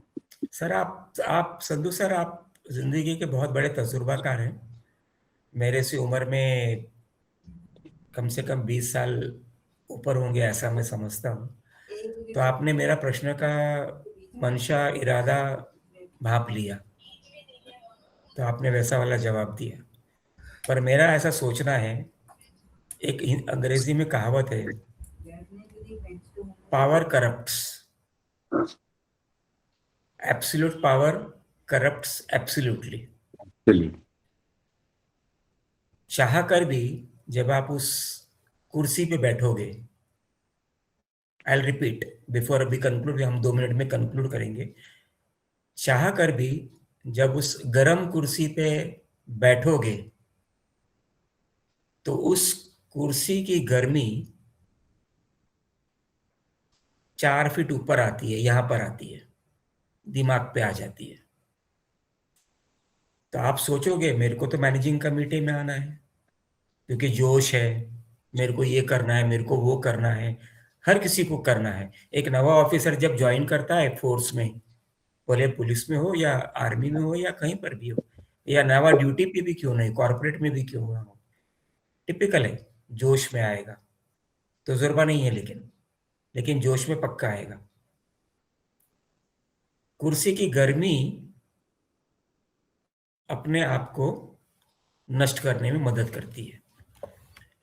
So with that note, we will conclude today's webinar with the permission of all our friends. Hemant sir, We will एक इनकम्प्लीट जो रह गया था उसको मैं कंप्लीट करना चाहूंगा, since Okay, Iyer sir, go ahead, please. Mr. Venkat Iyer, please go ahead. आपने एक चीज मेरे लिए बोला था कि एक या am I audible sir? Yes, please. Hello या तो एक इनकम्प्लीट चीज रह गई थी जिसका मैंने आपने कहा कि जवाब दिया नहीं, about expense and how was it managed. ऐसा नहीं है कि फैमिली में इशू रेज नहीं हुए थे, बट उसको टाइट थ्रू करने में भी एक मेथड है। जब मैंने कहा था कि फैमिली को साथ में लेके जाना है, आप अकेले लड़ रहे हो इसका मतलब फैमिली आपके साथ नहीं है, ऐसा नहीं है। हर एक पैसे का हिसाब है और मुझे ये भी यकीन है कि वो हर एक पैसे का सूद समेत मैं वापस ले भी लूंगा। तो ये एश्योरेंस के साथ फैमिली को साथ में लेके चलना है, ऐसा नहीं है कि आपको अंधाधुंध आंख बंद करके कुछ करना है। सो मैं आई आपको होप एक अलग से आई उदाहरण वाज एबल देता टू हूँ करेक्ट अपने दोस्तों के लिए। अय्यर साहब, मैं आपको एक अलग से उदाहरण देता हूँ सारे दोस्तों के लिए। जैसे एक अनिल भाई है, वो बाजार में 1 किलो टमाटर लेने गया है ना, 20 रुपए किलो टमाटर लेके आया। मैंने ये एग्जाम्पल अपने कुछ वेबिनार्स में ऑलरेडी दिए हुए हैं, जो कि हमारे जिंदगी का एक प्रैक्टिकल पहलू भी है actually. Sunken fallacy, cost of sunken fallacy, मतलब क्या हुआ, मैं 1 किलो, संधू साहब ये ज्यादा समझेंगे इस चीज को, cost of fallacy, sunken fallacy जिसको बोलते हैं। मैं 1 किलो सब्जी वाले से टमाटर लेके आया 20 रुपए किलो। घर आया, उसमें से मुझे लगभग 200 ग्राम वो टमाटर खराब निकला, कुछ कारण से खराब निकला, दब गया या कीड़े लगे हुए। आप इस टमाटर खोल खोल के तो देखने का सवाल ही नहीं आता, लेकिन खराब निकला। Cost of that fallacy is you spent 20 rupees not for 1000 grams of tomato, but you spent actually 20 rupees on 800 grams of tomato. हम लोग ये कॉस्टिंग में, ये प्रोबेबिलिटीज जो है वो कॉस्टिंग में ले लेते हैं। तो हम जब कोई चीज के लिए खर्चा करते हैं, किसी भी चीज के लिए, टमाटर के लिए किया, लीगल फील्ड के लिए किया, अपनी पत्नी के इलाज के लिए किया, या मेरे खुद के इलाज के लिए किया, या किसी के लिए भी ला, वो अनफोर्सीन एक्सपेंस है, प्रोबेबिलिटीज है उस चीज को। हम उस चीज को कंसिडर कर ही नहीं सकते, क्योंकि हम उस तजुर्बे के लिए उस चीज को खर्चा करे जा रहे हैं। मेरे को 200 ग्राम टमाटर कम निकला, मैं भैया के पास में, भाजी वाले भैया के पास में जाके कंप्लेंट नहीं कर सकता हूँ, कोई अर्थ ही नहीं है कंप्लेंट करने का। तो we have to book that losses, उस चीज को हमें बुक करना है। मेरा अगर लड़ाई में मेरा ये अगर लॉस हो गया तो वो लॉस हो गया। कहावत है अंग्रेजी में की, there is no point in crying over spilled milk. दूध उबल गया, बात खत्म करो, वो लॉस बुक कर लो। स्टॉक मार्केट में भी यही करते हैं हमने जो खर्चा कर दिया अपने तजुर्बों के लिए, अपने चीजें हासिल करने के लिए, उसको वापस नहीं मिलता है, तो हमें उसका कोई गम करना भी नहीं चाहिए। Anyway, Venkat sir, I will again appreciate you and your courage. Thank you sir. With the permission of all our friends, we will conclude today's webinar. Thank you all friends for attending and supporting this knowledge and experience sharing webinar. Wishing all friends a healthy and peaceful life forward. Thank you everybody. फिर से मिलेंगे। Thank you sir. Thank you. Thank you. Thank you, sir. Thank you, sir.